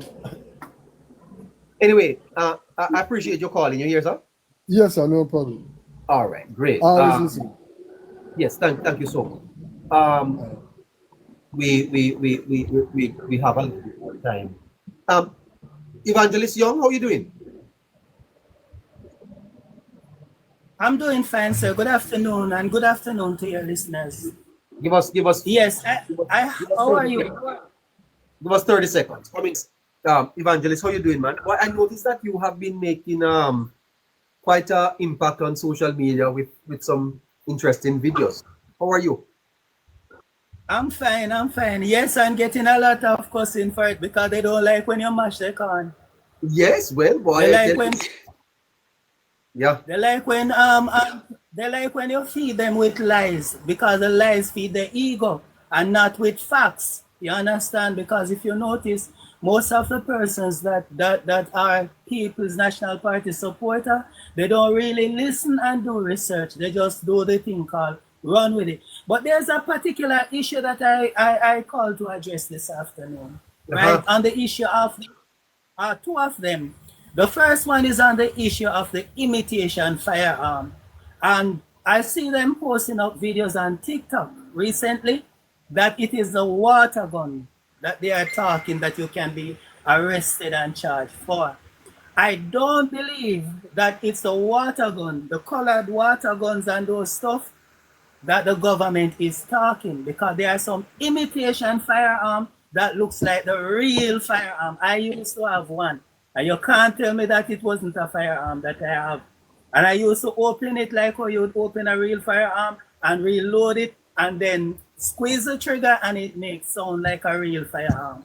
So what I do believe, neighbor, is that the government need to be specific on the type of imitation firearm that you can be arrested and charged for. But those like the water gun, I do believe people are So misunderstanding. why would we be allowing those, even those in the country, sir? We already have a culture of violence, especially gun violence. Why would we be even encouraging our young students to use water guns? I think those should be banned. To be honest, sir, we have been that's like embedded in our children, because even when I was growing up, every Christmas, almost every child wants a water gun. You understand? But Pastor, we can't change the culture. I'm suggesting, look at what is happening with our travel rating because of the spate of violence that have cropped up in the country. Our economy, Pastor, requires peace and non-violence for us to thrive. We rely heavily on tourism. Why can't we just ban these things that brings a level of violence to our thinking and all of that? Okay, I'm going to answer that. Look at it this way. We ban all the imitation firearm. Then persons are going to turn to the knives. What are we going to do? Ban the knives? Persons are going to turn to something else. So it's all about the mindset of people. I don't believe that either banning these things or bringing them in the country will have anything to do with it. It's a mindset. It's a mindset of the people. Wants to do bad things, right? It doesn't matter what the government do, they're still going to be bad. If I want to be wicked, I can be extremely wicked. And it has nothing You don't agree, Pastor, that environments shape attitudes and behavior? Environment shape attitudes and behavior. Yes, I must agree. It creates a positive, but it also boils down to choice. You understand? It also boils down to choice. Because look at me, right? I grew up in a peaceful environment, and I come in the city where it's more hostile than where I grew up. And yet the environment don't shape me, and a lot of times persons attack me. Because I live in some very dangerous areas. That's because your attitudes, Pastor, was already formed. Your character was formed before you entered the environment. That's why. But you are talking about impressionable young people below the age of 10 that are being developed and are being developed in a way where they are handling, these toys, which can, I think, represent, the real thing. All That's right. the point. Let me just use an example from Vybz Kartel, although he's not my favorite person, right? Vybz Kartel says that, listen me, you can't expect him to grow your children because he was in prison for how many years, and yet his children grow good. His children graduate from primary school, and even have children now going to school, right? It is not the society on a whole that you should allow to train your children. That's the bottom line. It's you as a parent that should train your children, that should let your children know that, listen to me, not because you play with an imitation firearm means that you must convert it to a real firearm. Do you know, Pastor, that the society strongly influences your children than yourself? Do you know that? That's true, because after they leave your Because of home, they go. conformity. Now, when you send your child to school in a class of 35 and they are moving in one direction, you think your child is going to be the odd one? I do believe it all boils up. Yes. And why I said that? It's because, like for example, look at where I live. Look at where I live. Not because my character was shaped by the church or whatever from before, right? I am the only person living here who is a Christian, right? And I don't blend in and fit in with the crowd. I don't allow the crowd to influence me. I choose to stand out. Now, if you as a parent instill good value in your child and your child respects you, the child is going to adhere to what you have instilled in them. So no matter where they go, they're going to stand out. I see. Well, I suspect that if we are going to become a non-violent society, a society that takes, you know, the whole matter of violence seriously, that we should ban, ban these toys. They should not come into Jamaica, sir. Absolutely. Yes. They should stay where they are.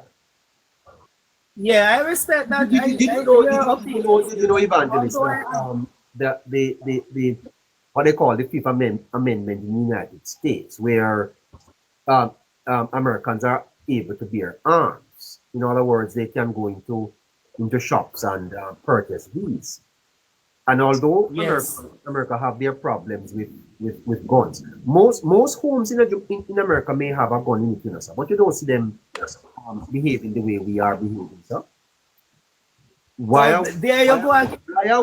we introducing our young people to guns when guns are a big problem of our, you know, sir, 30,000 Jamaicans have died in Jamaica over the last 20 years.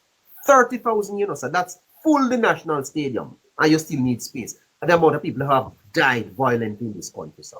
Water gun or no water gun. We let our children play with something else. Let them play with football and basketball and other things. Not water guns. Again, I say, neighbor, leave, rest the gun aside, rest that aside. Let's say the country stop. We put a ban on that. Persons are going to turn to something else. It all depends on the person's mindset, and it all depends on a person's choice. You understand? Because look at America, right? Anybody can own a weapon in America, and yet it's not every. You hear of rare cases of mass shooting that happens in the school, and yet you don't see Americans on a large scale unaliving each other. So it all depends on a person's choice. You understand? And another thing I definitely have to talk about is this thing called Obia, Guzo, that I hear the government saying, yes, Guzo, or what we want to call them. Saying because I saw it there, I saw a headline about it in the Gleaner, right, where the church was hitting out against it because it's like the government wants to legalize it. Right, because according to them, it's a part of our African culture. I do believe that it's not everything that comes out of Africa we should carry into a Christian country. Some of the things that are in the past coming from Africa need to stay buried in the past. And Obia, Guzo, or what you call it, should be one of them. Because it can cause a negative impact here in Jamaica. Have you ever wondered why so many children went missing and all of that? A lot of them are part of ritualistic practice, you know. A lot of them are a practice. Because I know this of a fact that there was this gentleman, neighbor, who was living, I think it was in St. Catherine, right?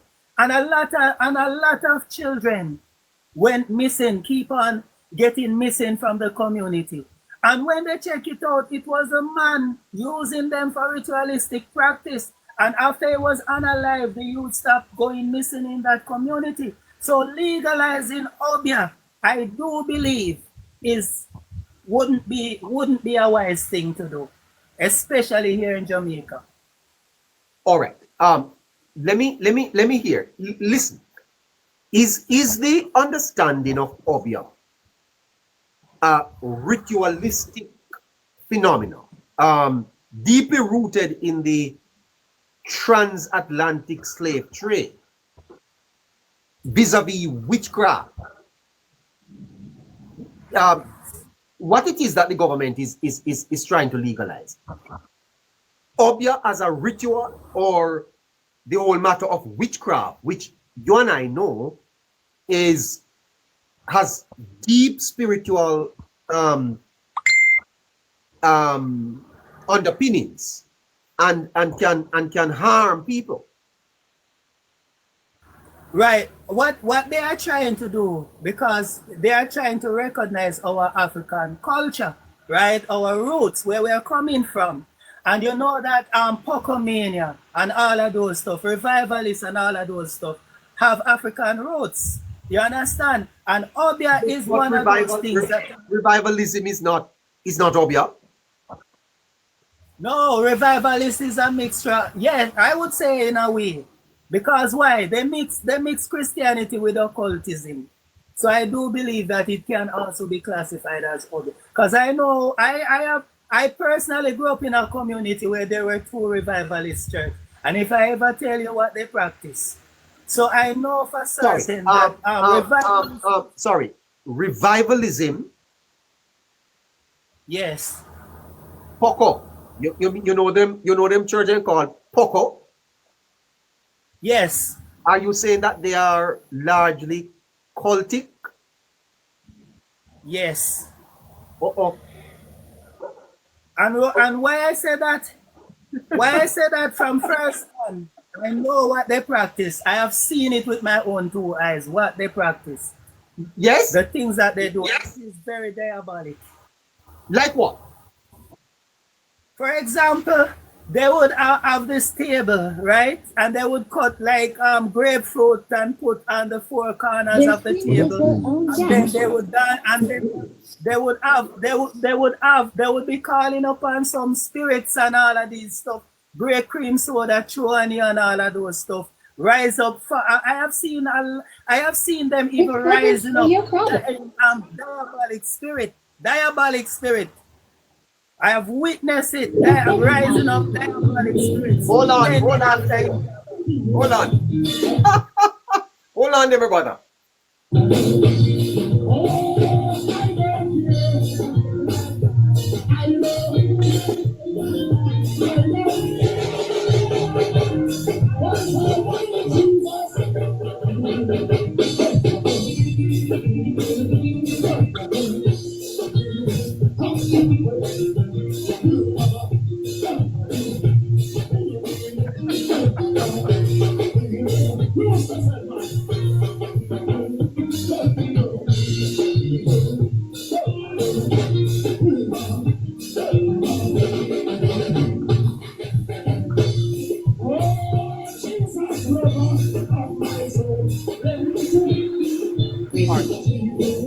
So I'm playing a revival church. Would you say that is Obia? Is Pocomania? That's wrong, sir. Hello? The music that you are listening to? Yes, sir. The music that you are listening to the music that you are listening to is not the music that you are listening to is the problem. The folks are doing it's a revival church. So is that all right? The songs, the music, once it is being offered unto the Most High God, nothing is wrong with it, because it's not the beat, it's not the music is wrong, it's the lyrics that you put to the music that makes the music wrong. What is Obia? What is Obia? All right. For the benefits of those that are asking what is Obia, because I see a lot of persons asking what is Obia. Obia is just our local name for witchcraft. Right? Because that's exactly what they do. It's just another name for witchcraft. Some people call them guzu. Some people call them, in different culture, they call them different names. Sorcery, whatever. It's the same thing. Right? And they are saying that these things are coming from Africa. From Africa. And what I am saying is that Whether these things are coming from Africa or not, it should not be legalized here in Jamaica because it's a very dangerous thing. I personally have witnessed what it has done to people. And there, as a matter of fact, even in the community where I used to live, there are a lot of people's lives who were bound down by this witchcraft. Obia. And after I went to theological school and went back to my church, a lot of persons got delivered. And there was this woman who had a barnyard that came to church. She couldn't stand me when I go around the podium because I always mash her con. And you see, after she died, persons start getting deliverance. I mean, a lot of persons she buried up in battle by the riverside. And you know what I did, neighbor? After I went to the late Errol Hall crusade, come back, charge up, and went back to that church. I asked the congregation how many persons whose lives have been bound up in battle, buried in battle. Do you want to see some battlecock fly today? Do you want to see some people got deliverance? You see, after I prayed, a flood came, wash away a lot of those battles. When you look, neighbor, a few years after, persons start getting visas to go to America, persons start living in big houses, persons start getting breakthrough.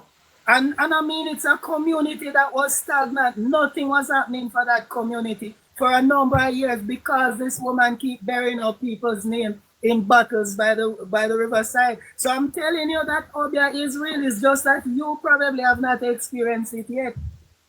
Even one of my pastors, I'd fall victim to this thing called Obia, right?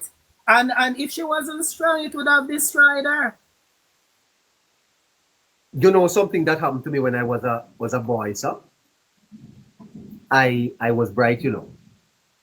And I went to a shop one day to buy a bulla. You know bulla? Yes. You know bulla, sir? Yes.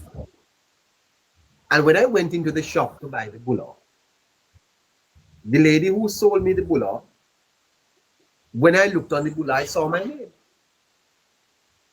Yes. I saw my name on the bulla. Wow. I kid you not. I was about maybe 9. And you know, they had these big bulla. And when I went into the shop, I saw my name on the bulla. Wow. I said to myself, well, maybe she have this bulla put on. Maybe she have this bulla specially put on for me. But I eat the bulla. And I was told that I would never be able to read. Because wow. I eat bulla, eat my name from bulla.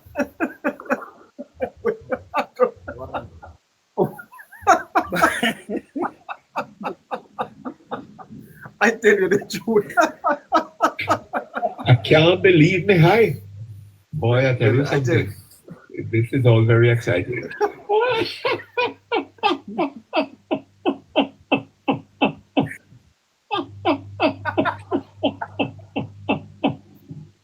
Oh gosh. I can't believe that. Well, I tell you something, sir.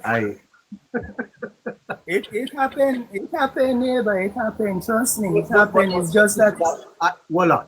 But if you give people them name with bulla, right? Them bulla, they're not able to read because it didn't work for me. Well, clearly that woman wanted to do something to tie me down. No, sir. Yes. What happened? You see, when you're a child of God, especially when you have praying parents, these powers don't work against you. That's why they used to be afraid of me when I anytime I go around the podium to preach, they were afraid of me. Because every time when I go down there, I mash them con. So they never used to like it. You know? When you're a child of God, man, don't step up. But I'm saying, as a Christian country, that shouldn't even be considered here. You understand? I mean, from I eat that bulla there, I come first in every reading test. every Maybe reading it was the other way around. up to grade Maybe it was grade 6. Yeah, every reading test I guess up to grade 6, I pass them. I start read. I start reading way above my grade. But farm against it with Casper. But can I tell you this though, Mr. Young? Sorry, Evangelist. I know that obia or witchcraft, sir, is very real. Yes. And that there are evil spirits that people can use to impact your life and tie you down. No doubt about it, sir. As a matter of fact, I have had to deal with many, sir. And if it wasn't for the power and grace of God, I can tell you something. Because enough time they'll look out for me, you know. Wow. Yes. You see what I'm talking about? You see what I'm talking about? Yes, sir. Yeah. Enough time they look out for me. But you know, you reverse the curse, you know. Yes. Anyway, neighbor, God bless you. Have a good afternoon. I got to go. I got to go. Tune in for good vibes, good tunes, and a good time. Welcome. There you go. Tune in for good vibes, good tunes, and a good time. Are you there? Who is there next with us? 120. All right, we're coming to you, Power Man. Power Man, we're coming to you. Your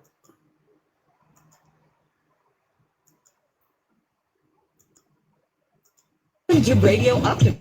Great. Good afternoon, caller. All right. Michael Stewart. We have that. By LG. I'm coming to you guys. Michael, good afternoon. Good afternoon. Not there. Good afternoon.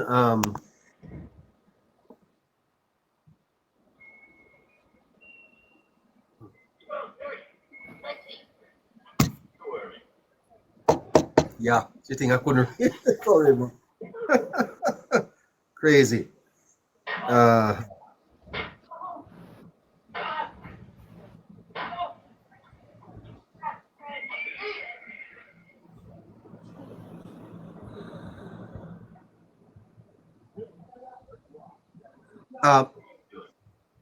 Hello, Michael. Violet.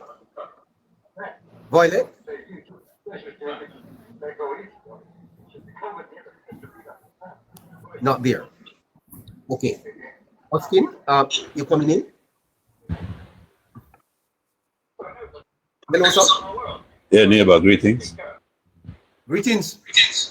Yeah, I want to know if you hear me clearly, first of all, because this is the very first time I'm going live. I just hit the requisite number of followers to go live on this app. And you came here?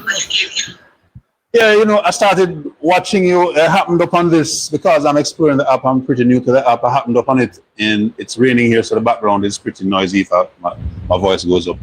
I started watching you on election evening and watched the great Scratchy and the others, you know, wax articulate and incisive about what's going on in the state of the politics in our country. And I said to myself, if I'm ever going to go live and do anything of myself on this app, then I might as well listen to a group of people who seem to be doing it right. So as a result of that, I come here and I click through, click and click and click and click. But I do believe that everybody has a right to be partisan. It's all right. We don't need to be partisan. We don't need to pussyfoot around our partisan leanings at all, and that's what civilized people do. But I think there comes a point in being partisan where we get to a place where we are reasonable if we're going to grow this country, to bequeath it to folks who are coming after us. And I hear people talk about the youth being the future, but I say the youth is the present. Therefore, we we're always in a state of presence. We only have now, regardless of what our history is. Yes. Yeah, so about the opposition leader and the PM, I believe those are parallel positions. I don't agree with you, and while I can't argue based on law and provisions in law about who does what and how it is done and what the Constitution says, just from the surface of it, the PM and the opposition leader, those are parallel ranks in the political structure, the system of governance as we have inherited from the Westminster model. What is parallel? What does parallel mean? What do you mean parallel? To me, like, if the PNP won the election, Mr. Golden would have been the prime minister. And while I haven't admittedly looked at what the shadow cabinet looks like, there are positions for every ministry that an opposition puts forward to shadow the current government. And the person shadowing the prime minister's office is the leader of the opposition. In fact, so designed is it that they are in geographic proximity to each other and to the King's House. The physical offices that these gentlemen are, or ladies. Mr. Golden, in announcing his person held on to justice. No, constitutional office. I'm sorry, I'm not hearing you clearly, and I'm not using a headphone. There's an echo in Yeah.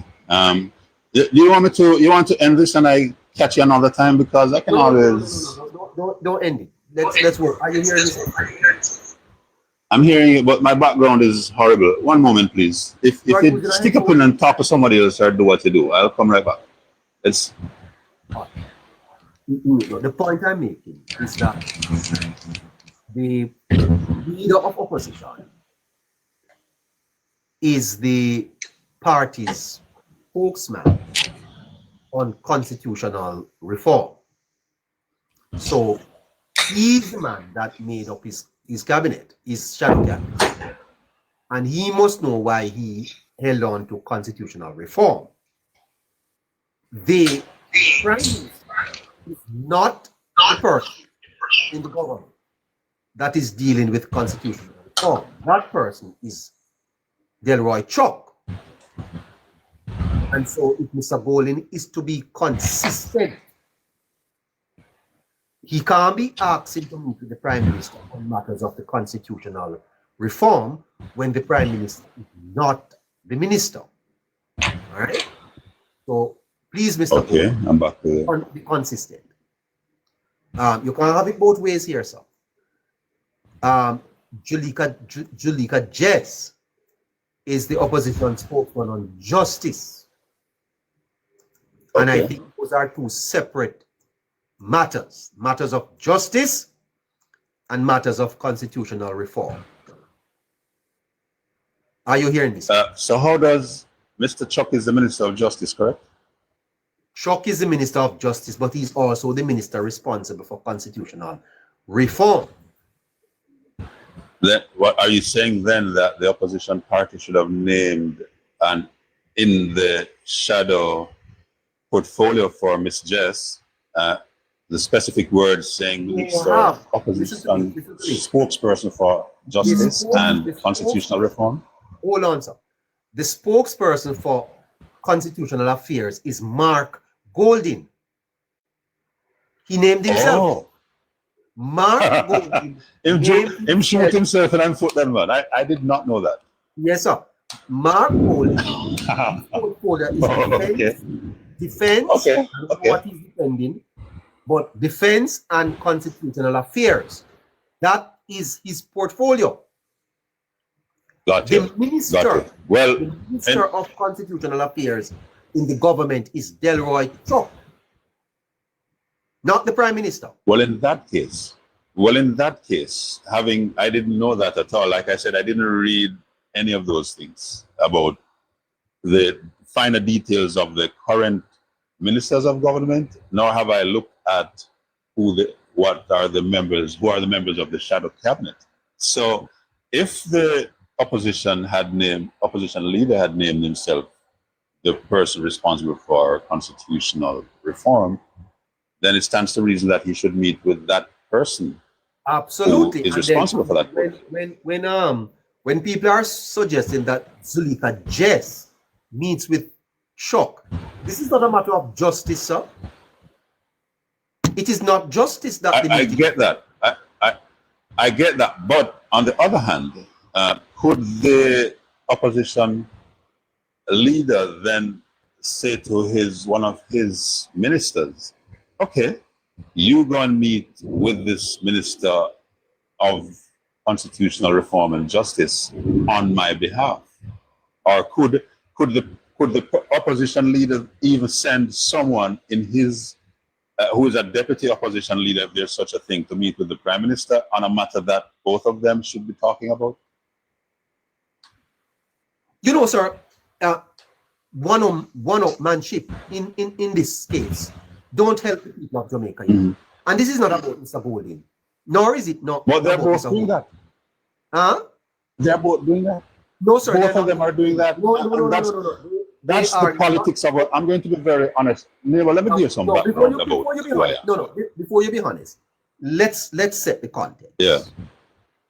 The prime minister wrote to the leader of opposition. He never have to write. He wrote to him and he invites him. Why not? Why wouldn't he have to write? Isn't that a standard protocol of leadership? He did not have to. Are there provisions for that? He did not have to initiate this meeting so early. The prime minister, sir, writes to the leader. No, but no one has to do anything.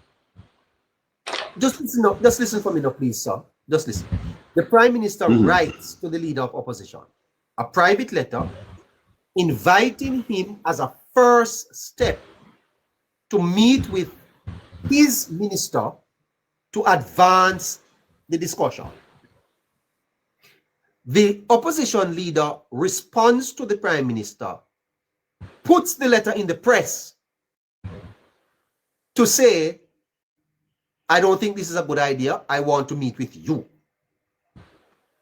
Do you think that is appropriate, sir, as a first communication that they have had since the election? Do you think that is appropriate?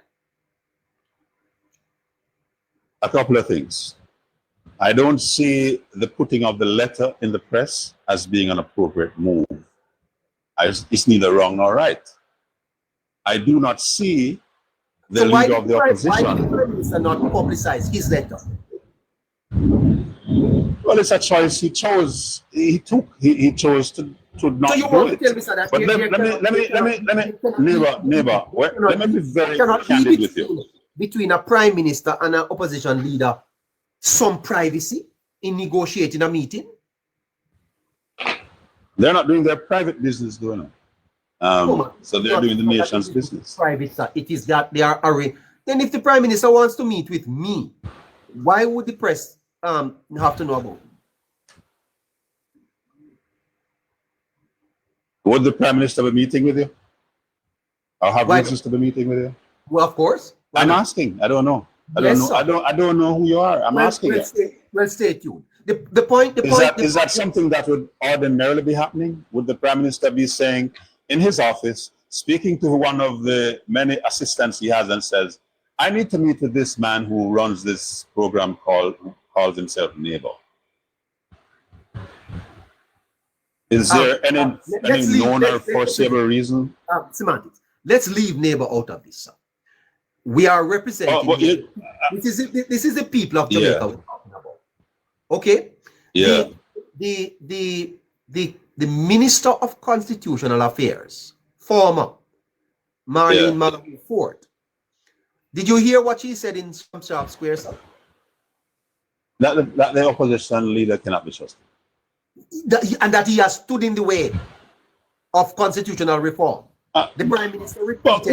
Which politician can be trusted? You tell me now, honestly, if you're being very honest about the country we're in, which politician do we trust? So I'm going to use an example to you, and it goes way back, even though we're in the present.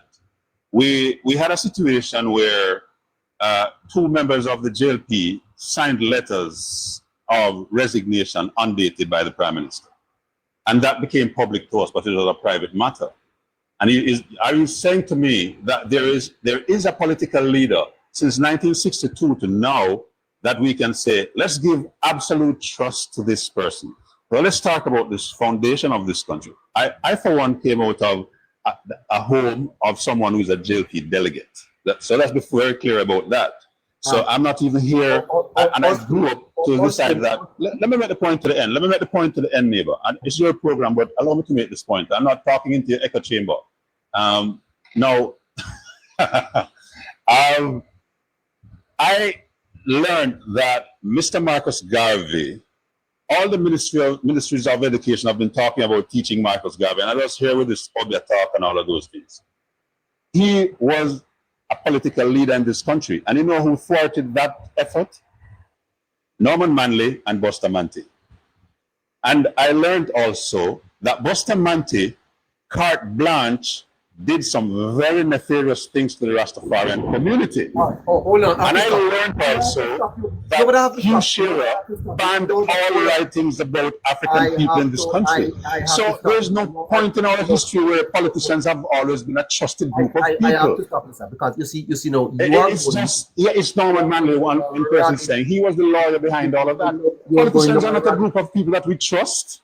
We don't trust politicians because they're politicians. In fact, if there's a group of people to not be trusted, it would be all of the politicians put together. Let me ask you a question, sir. Can I ask you a question? Absolutely. You just did. I would want us, with respect, to focus on the issue before us. You hear that thunder there? Dino, thunder and lightning. I wonder what's happening. Yeah. Yes. We are off on many tangents here, and it's not helping the discussion. Some people are saying, cut me off. I'm there for you, say, I'm there to talk to like sensible people. I'm to come off of the green clocks, orange clocks style on have. Would you speak to me? Would you speak to me, sir? And lead the chat? Yes, man. Talk to me. Yeah, right.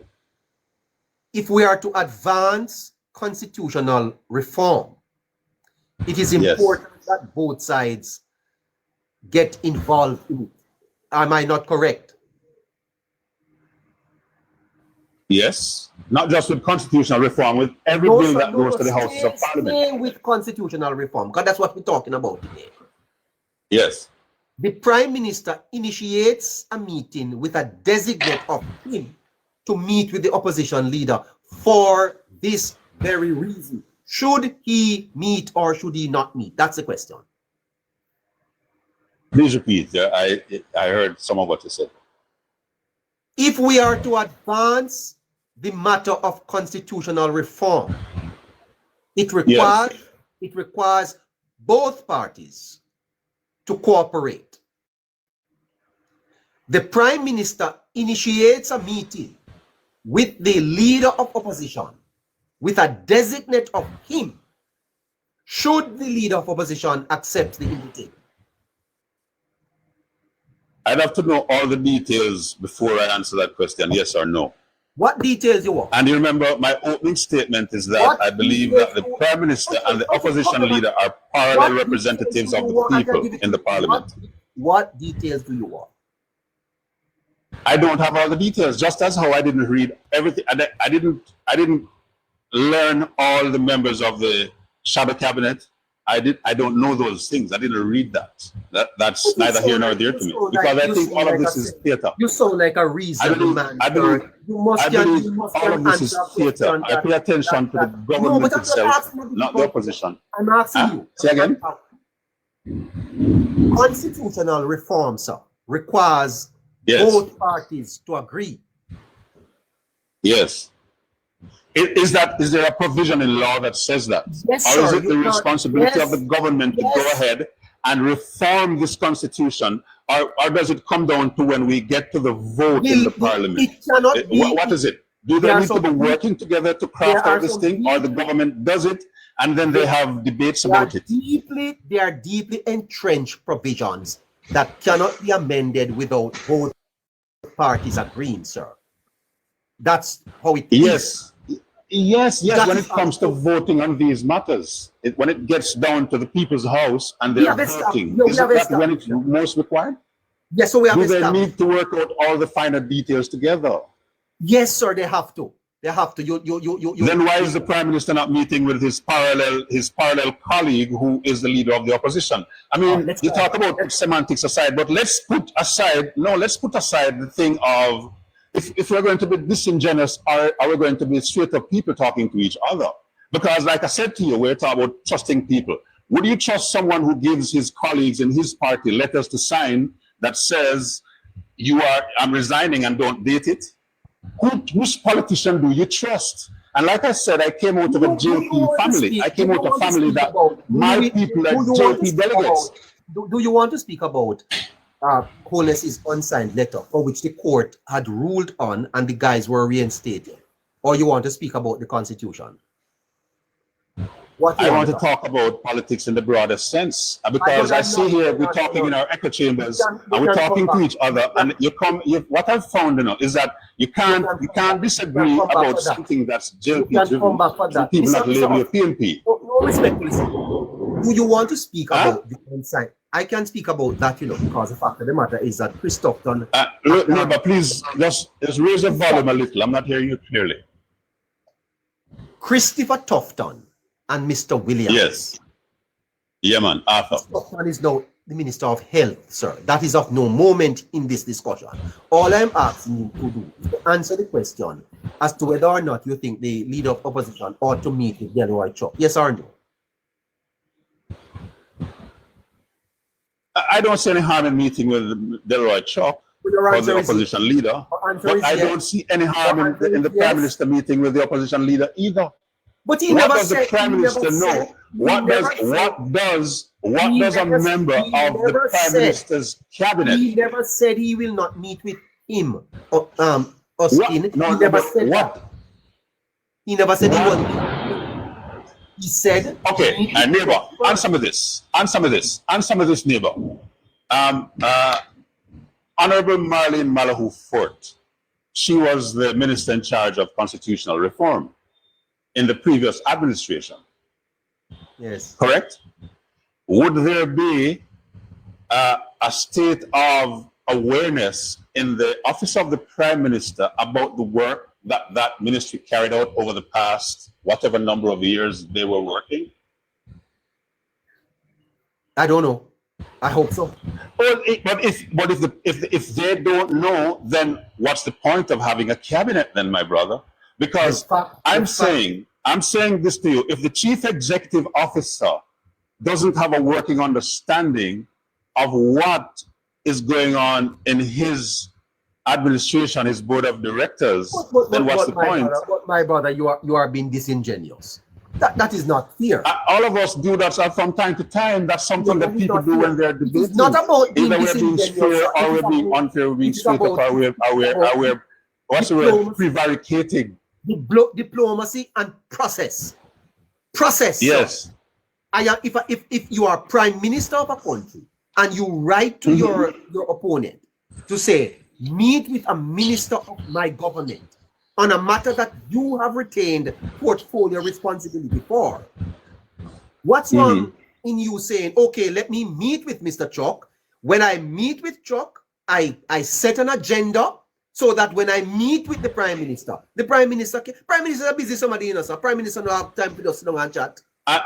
You and I, we fully agree. As is the leader of the opposition, who is a busy man in his own personal capacity as a business leader and the leader of the opposition. They're all busy people. Even the ministers are busy people. My time. Everybody's busy. Yeah. But what do you think about neighbor? I said it to you, I said it to you, neighbor, that I'm not here to talk in the echo chamber. I said to you that I see no harm with the opposition leader meeting with the Minister of Justice. And I also said this. That, let me say it in a plain Jamaican language. Let me style each other. Of St. James to deceive, you will be exposed. Ladies and gentlemen, we have spent a lot of time reforming government. Because, as I told you, when we campaign, to form government. We want to ensure that government can serve you well. I have been entrusted with leading the most significant constitutional reform since Jamaica attained independence. To say goodbye to the monarch, goodbye to the king, where our people cannot even visit freely. When we began the work of constitutional reform, we did so on the understanding that becoming a republic was a shared goal between the governing and the opposition parties in the parliament. And we have spent a lot of time, a lot of resources investing in ensuring that our Jamaican identity can be brought to the fore, that we can have a Jamaican head of state who represents our Jamaicanness, who represents who we are as a people. And what do you know? The leader of the opposition has stood in the way of the change. And I say that we must take sleep and mark death, because Mark Golding cannot be trusted. He cannot be trusted. All right, sir. So I'm going to play that. What does all of that mean, though? What does that mean? What did she elucidate? What great change? I've listened to this multiple times since I started listening to your program, brother. I've heard it. Yeah, I mean, like, what? The reason why I played, the reason why I played, sir. The reason why I played. Yes. The reason why I played is that this minister is one of those white dwarfs. And I want to understand, why would she be entrusted with the matter of constitutional reforms at the end of her tenure, because she's not the minister now, made it clear that Golding was the one that caused her not to have made more progress. That's what she's saying, you know. But and what clarity did she bring to that statement? What else did she say about that? She was the minister. No, what else did she say? I mean, like, she said Golding stood in the way of the progress of the constitutional reform. But what else did she say about that? And then the prime minister, you hear what he said at the debate. You heard what he said. He said many things. That Golding is a liar. But which politician is not a liar? You name me, which politician is a purveyor of truth, this paragon of virtue, this pristine entity that comes to us to do for us and not for their personal ambitions and their grandiose achievements. Which politician? You name me that guy. We have to talk again. I'm out of time. I'll be more prepared when I talk to you next time. Let me say this to you before I go. Let's not talk in our echo chambers about our country. Let's not talk green clocks, orange clocks. Let's not talk JLP, PNP. Let's not cuss each other out, because I've seen we've come forward a great distance, where I've seen in the 1970s. I was a boy. I was a boy. I voted in every election. I voted in every election, and I voted for both parties. Let me tell you, I never vote for a party for the sake of the party. Did you vote for the Jamaica Labour Party, or you don't wish to say? I did not vote for Dwayne, and I did not vote for his father. But you know what? I voted for Dwayne's predecessor, Dr. Clark. I'm not afraid of politics like that, you know. I'm not there pussyfoot around with people, you know. I don't play with politics. I play governance and I play leadership. That's what I play when I come to do politics. I came out of the home of a JLP delegate. I saw no benefit from that. And I've seen people who are PNP delegates. I see no benefit from that. I see benefits from being Jamaican. You have reached the threshold to be on and talk now, so I expect you to come back, eh? All right, cheers. Take good care.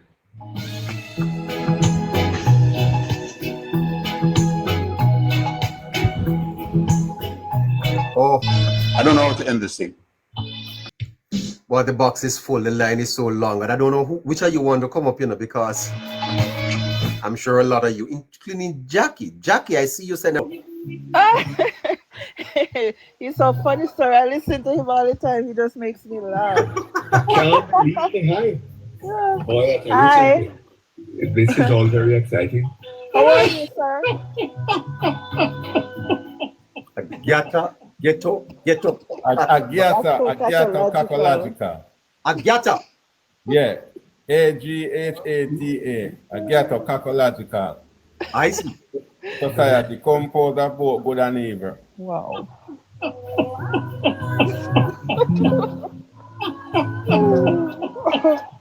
Oh my God. Oh gosh. I can't believe me high. Boy, I tell you something. This is all very exciting. Okay. You know, neighbor. Hold on there, power man. I'm trying to record the word, please. All right, sir.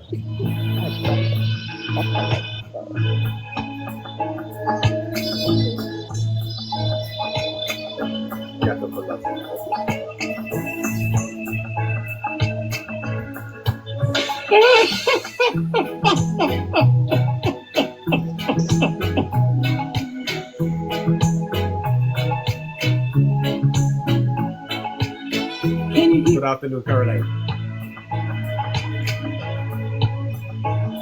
I can't believe me high. This is all very exciting.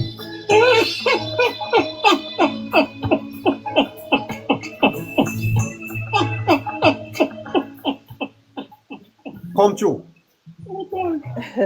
I can't believe it. Come true, Miss Independent. How you doing? Okay, I am doing fine, sir. Just want to commend you on the wonderful work that you've been doing. I'm a very ardent listener and watcher of you. First time on your program. Wow. Why did you stay so long? I've been watching you all through the elections and beyond. So I appreciate you. That's my party of choice. And I love what you're doing. But what I want to say to you today is you reminded me so much of Mr. Marty Perkins. Do I really? Yes. And I want to say one thing. It always in my mind to say to you when I get the chance to speak with you. You remembered when Mr. Marty Perkins died? Yes, ma'am. Yes. And if you could recall, he died after Mr. Andrew Holness has lost the election from Portia Simpson Miller. That was, I forget the year it was, but that was several years ago. 2011. And rumor has it that he had a heart failure and died because he took it to heart of the loss of the election, right? Not true. Not true. But that was what was said during that time because he died right during that period. But what do you know this? Do you know this, ma'am? That for many months, Marty did the program from his bed. Yes, I heard that he was terminally ill. Yeah, he actually was doing the program from his home, you know, ma'am. Very, very ill. Yes. And chose to chose to do the program from home. Yeah. Yes, I heard that. But what I'm saying was, even if that was not true, or if that was true, he died during that time. So what I found out now is that Andrew had lost and he died. He took it to heart. But you came into place in this last election and you is like a rebirth of Marty Perkins. And Andrew won. So it's like Marty Perkins has come back in reincarnation in you.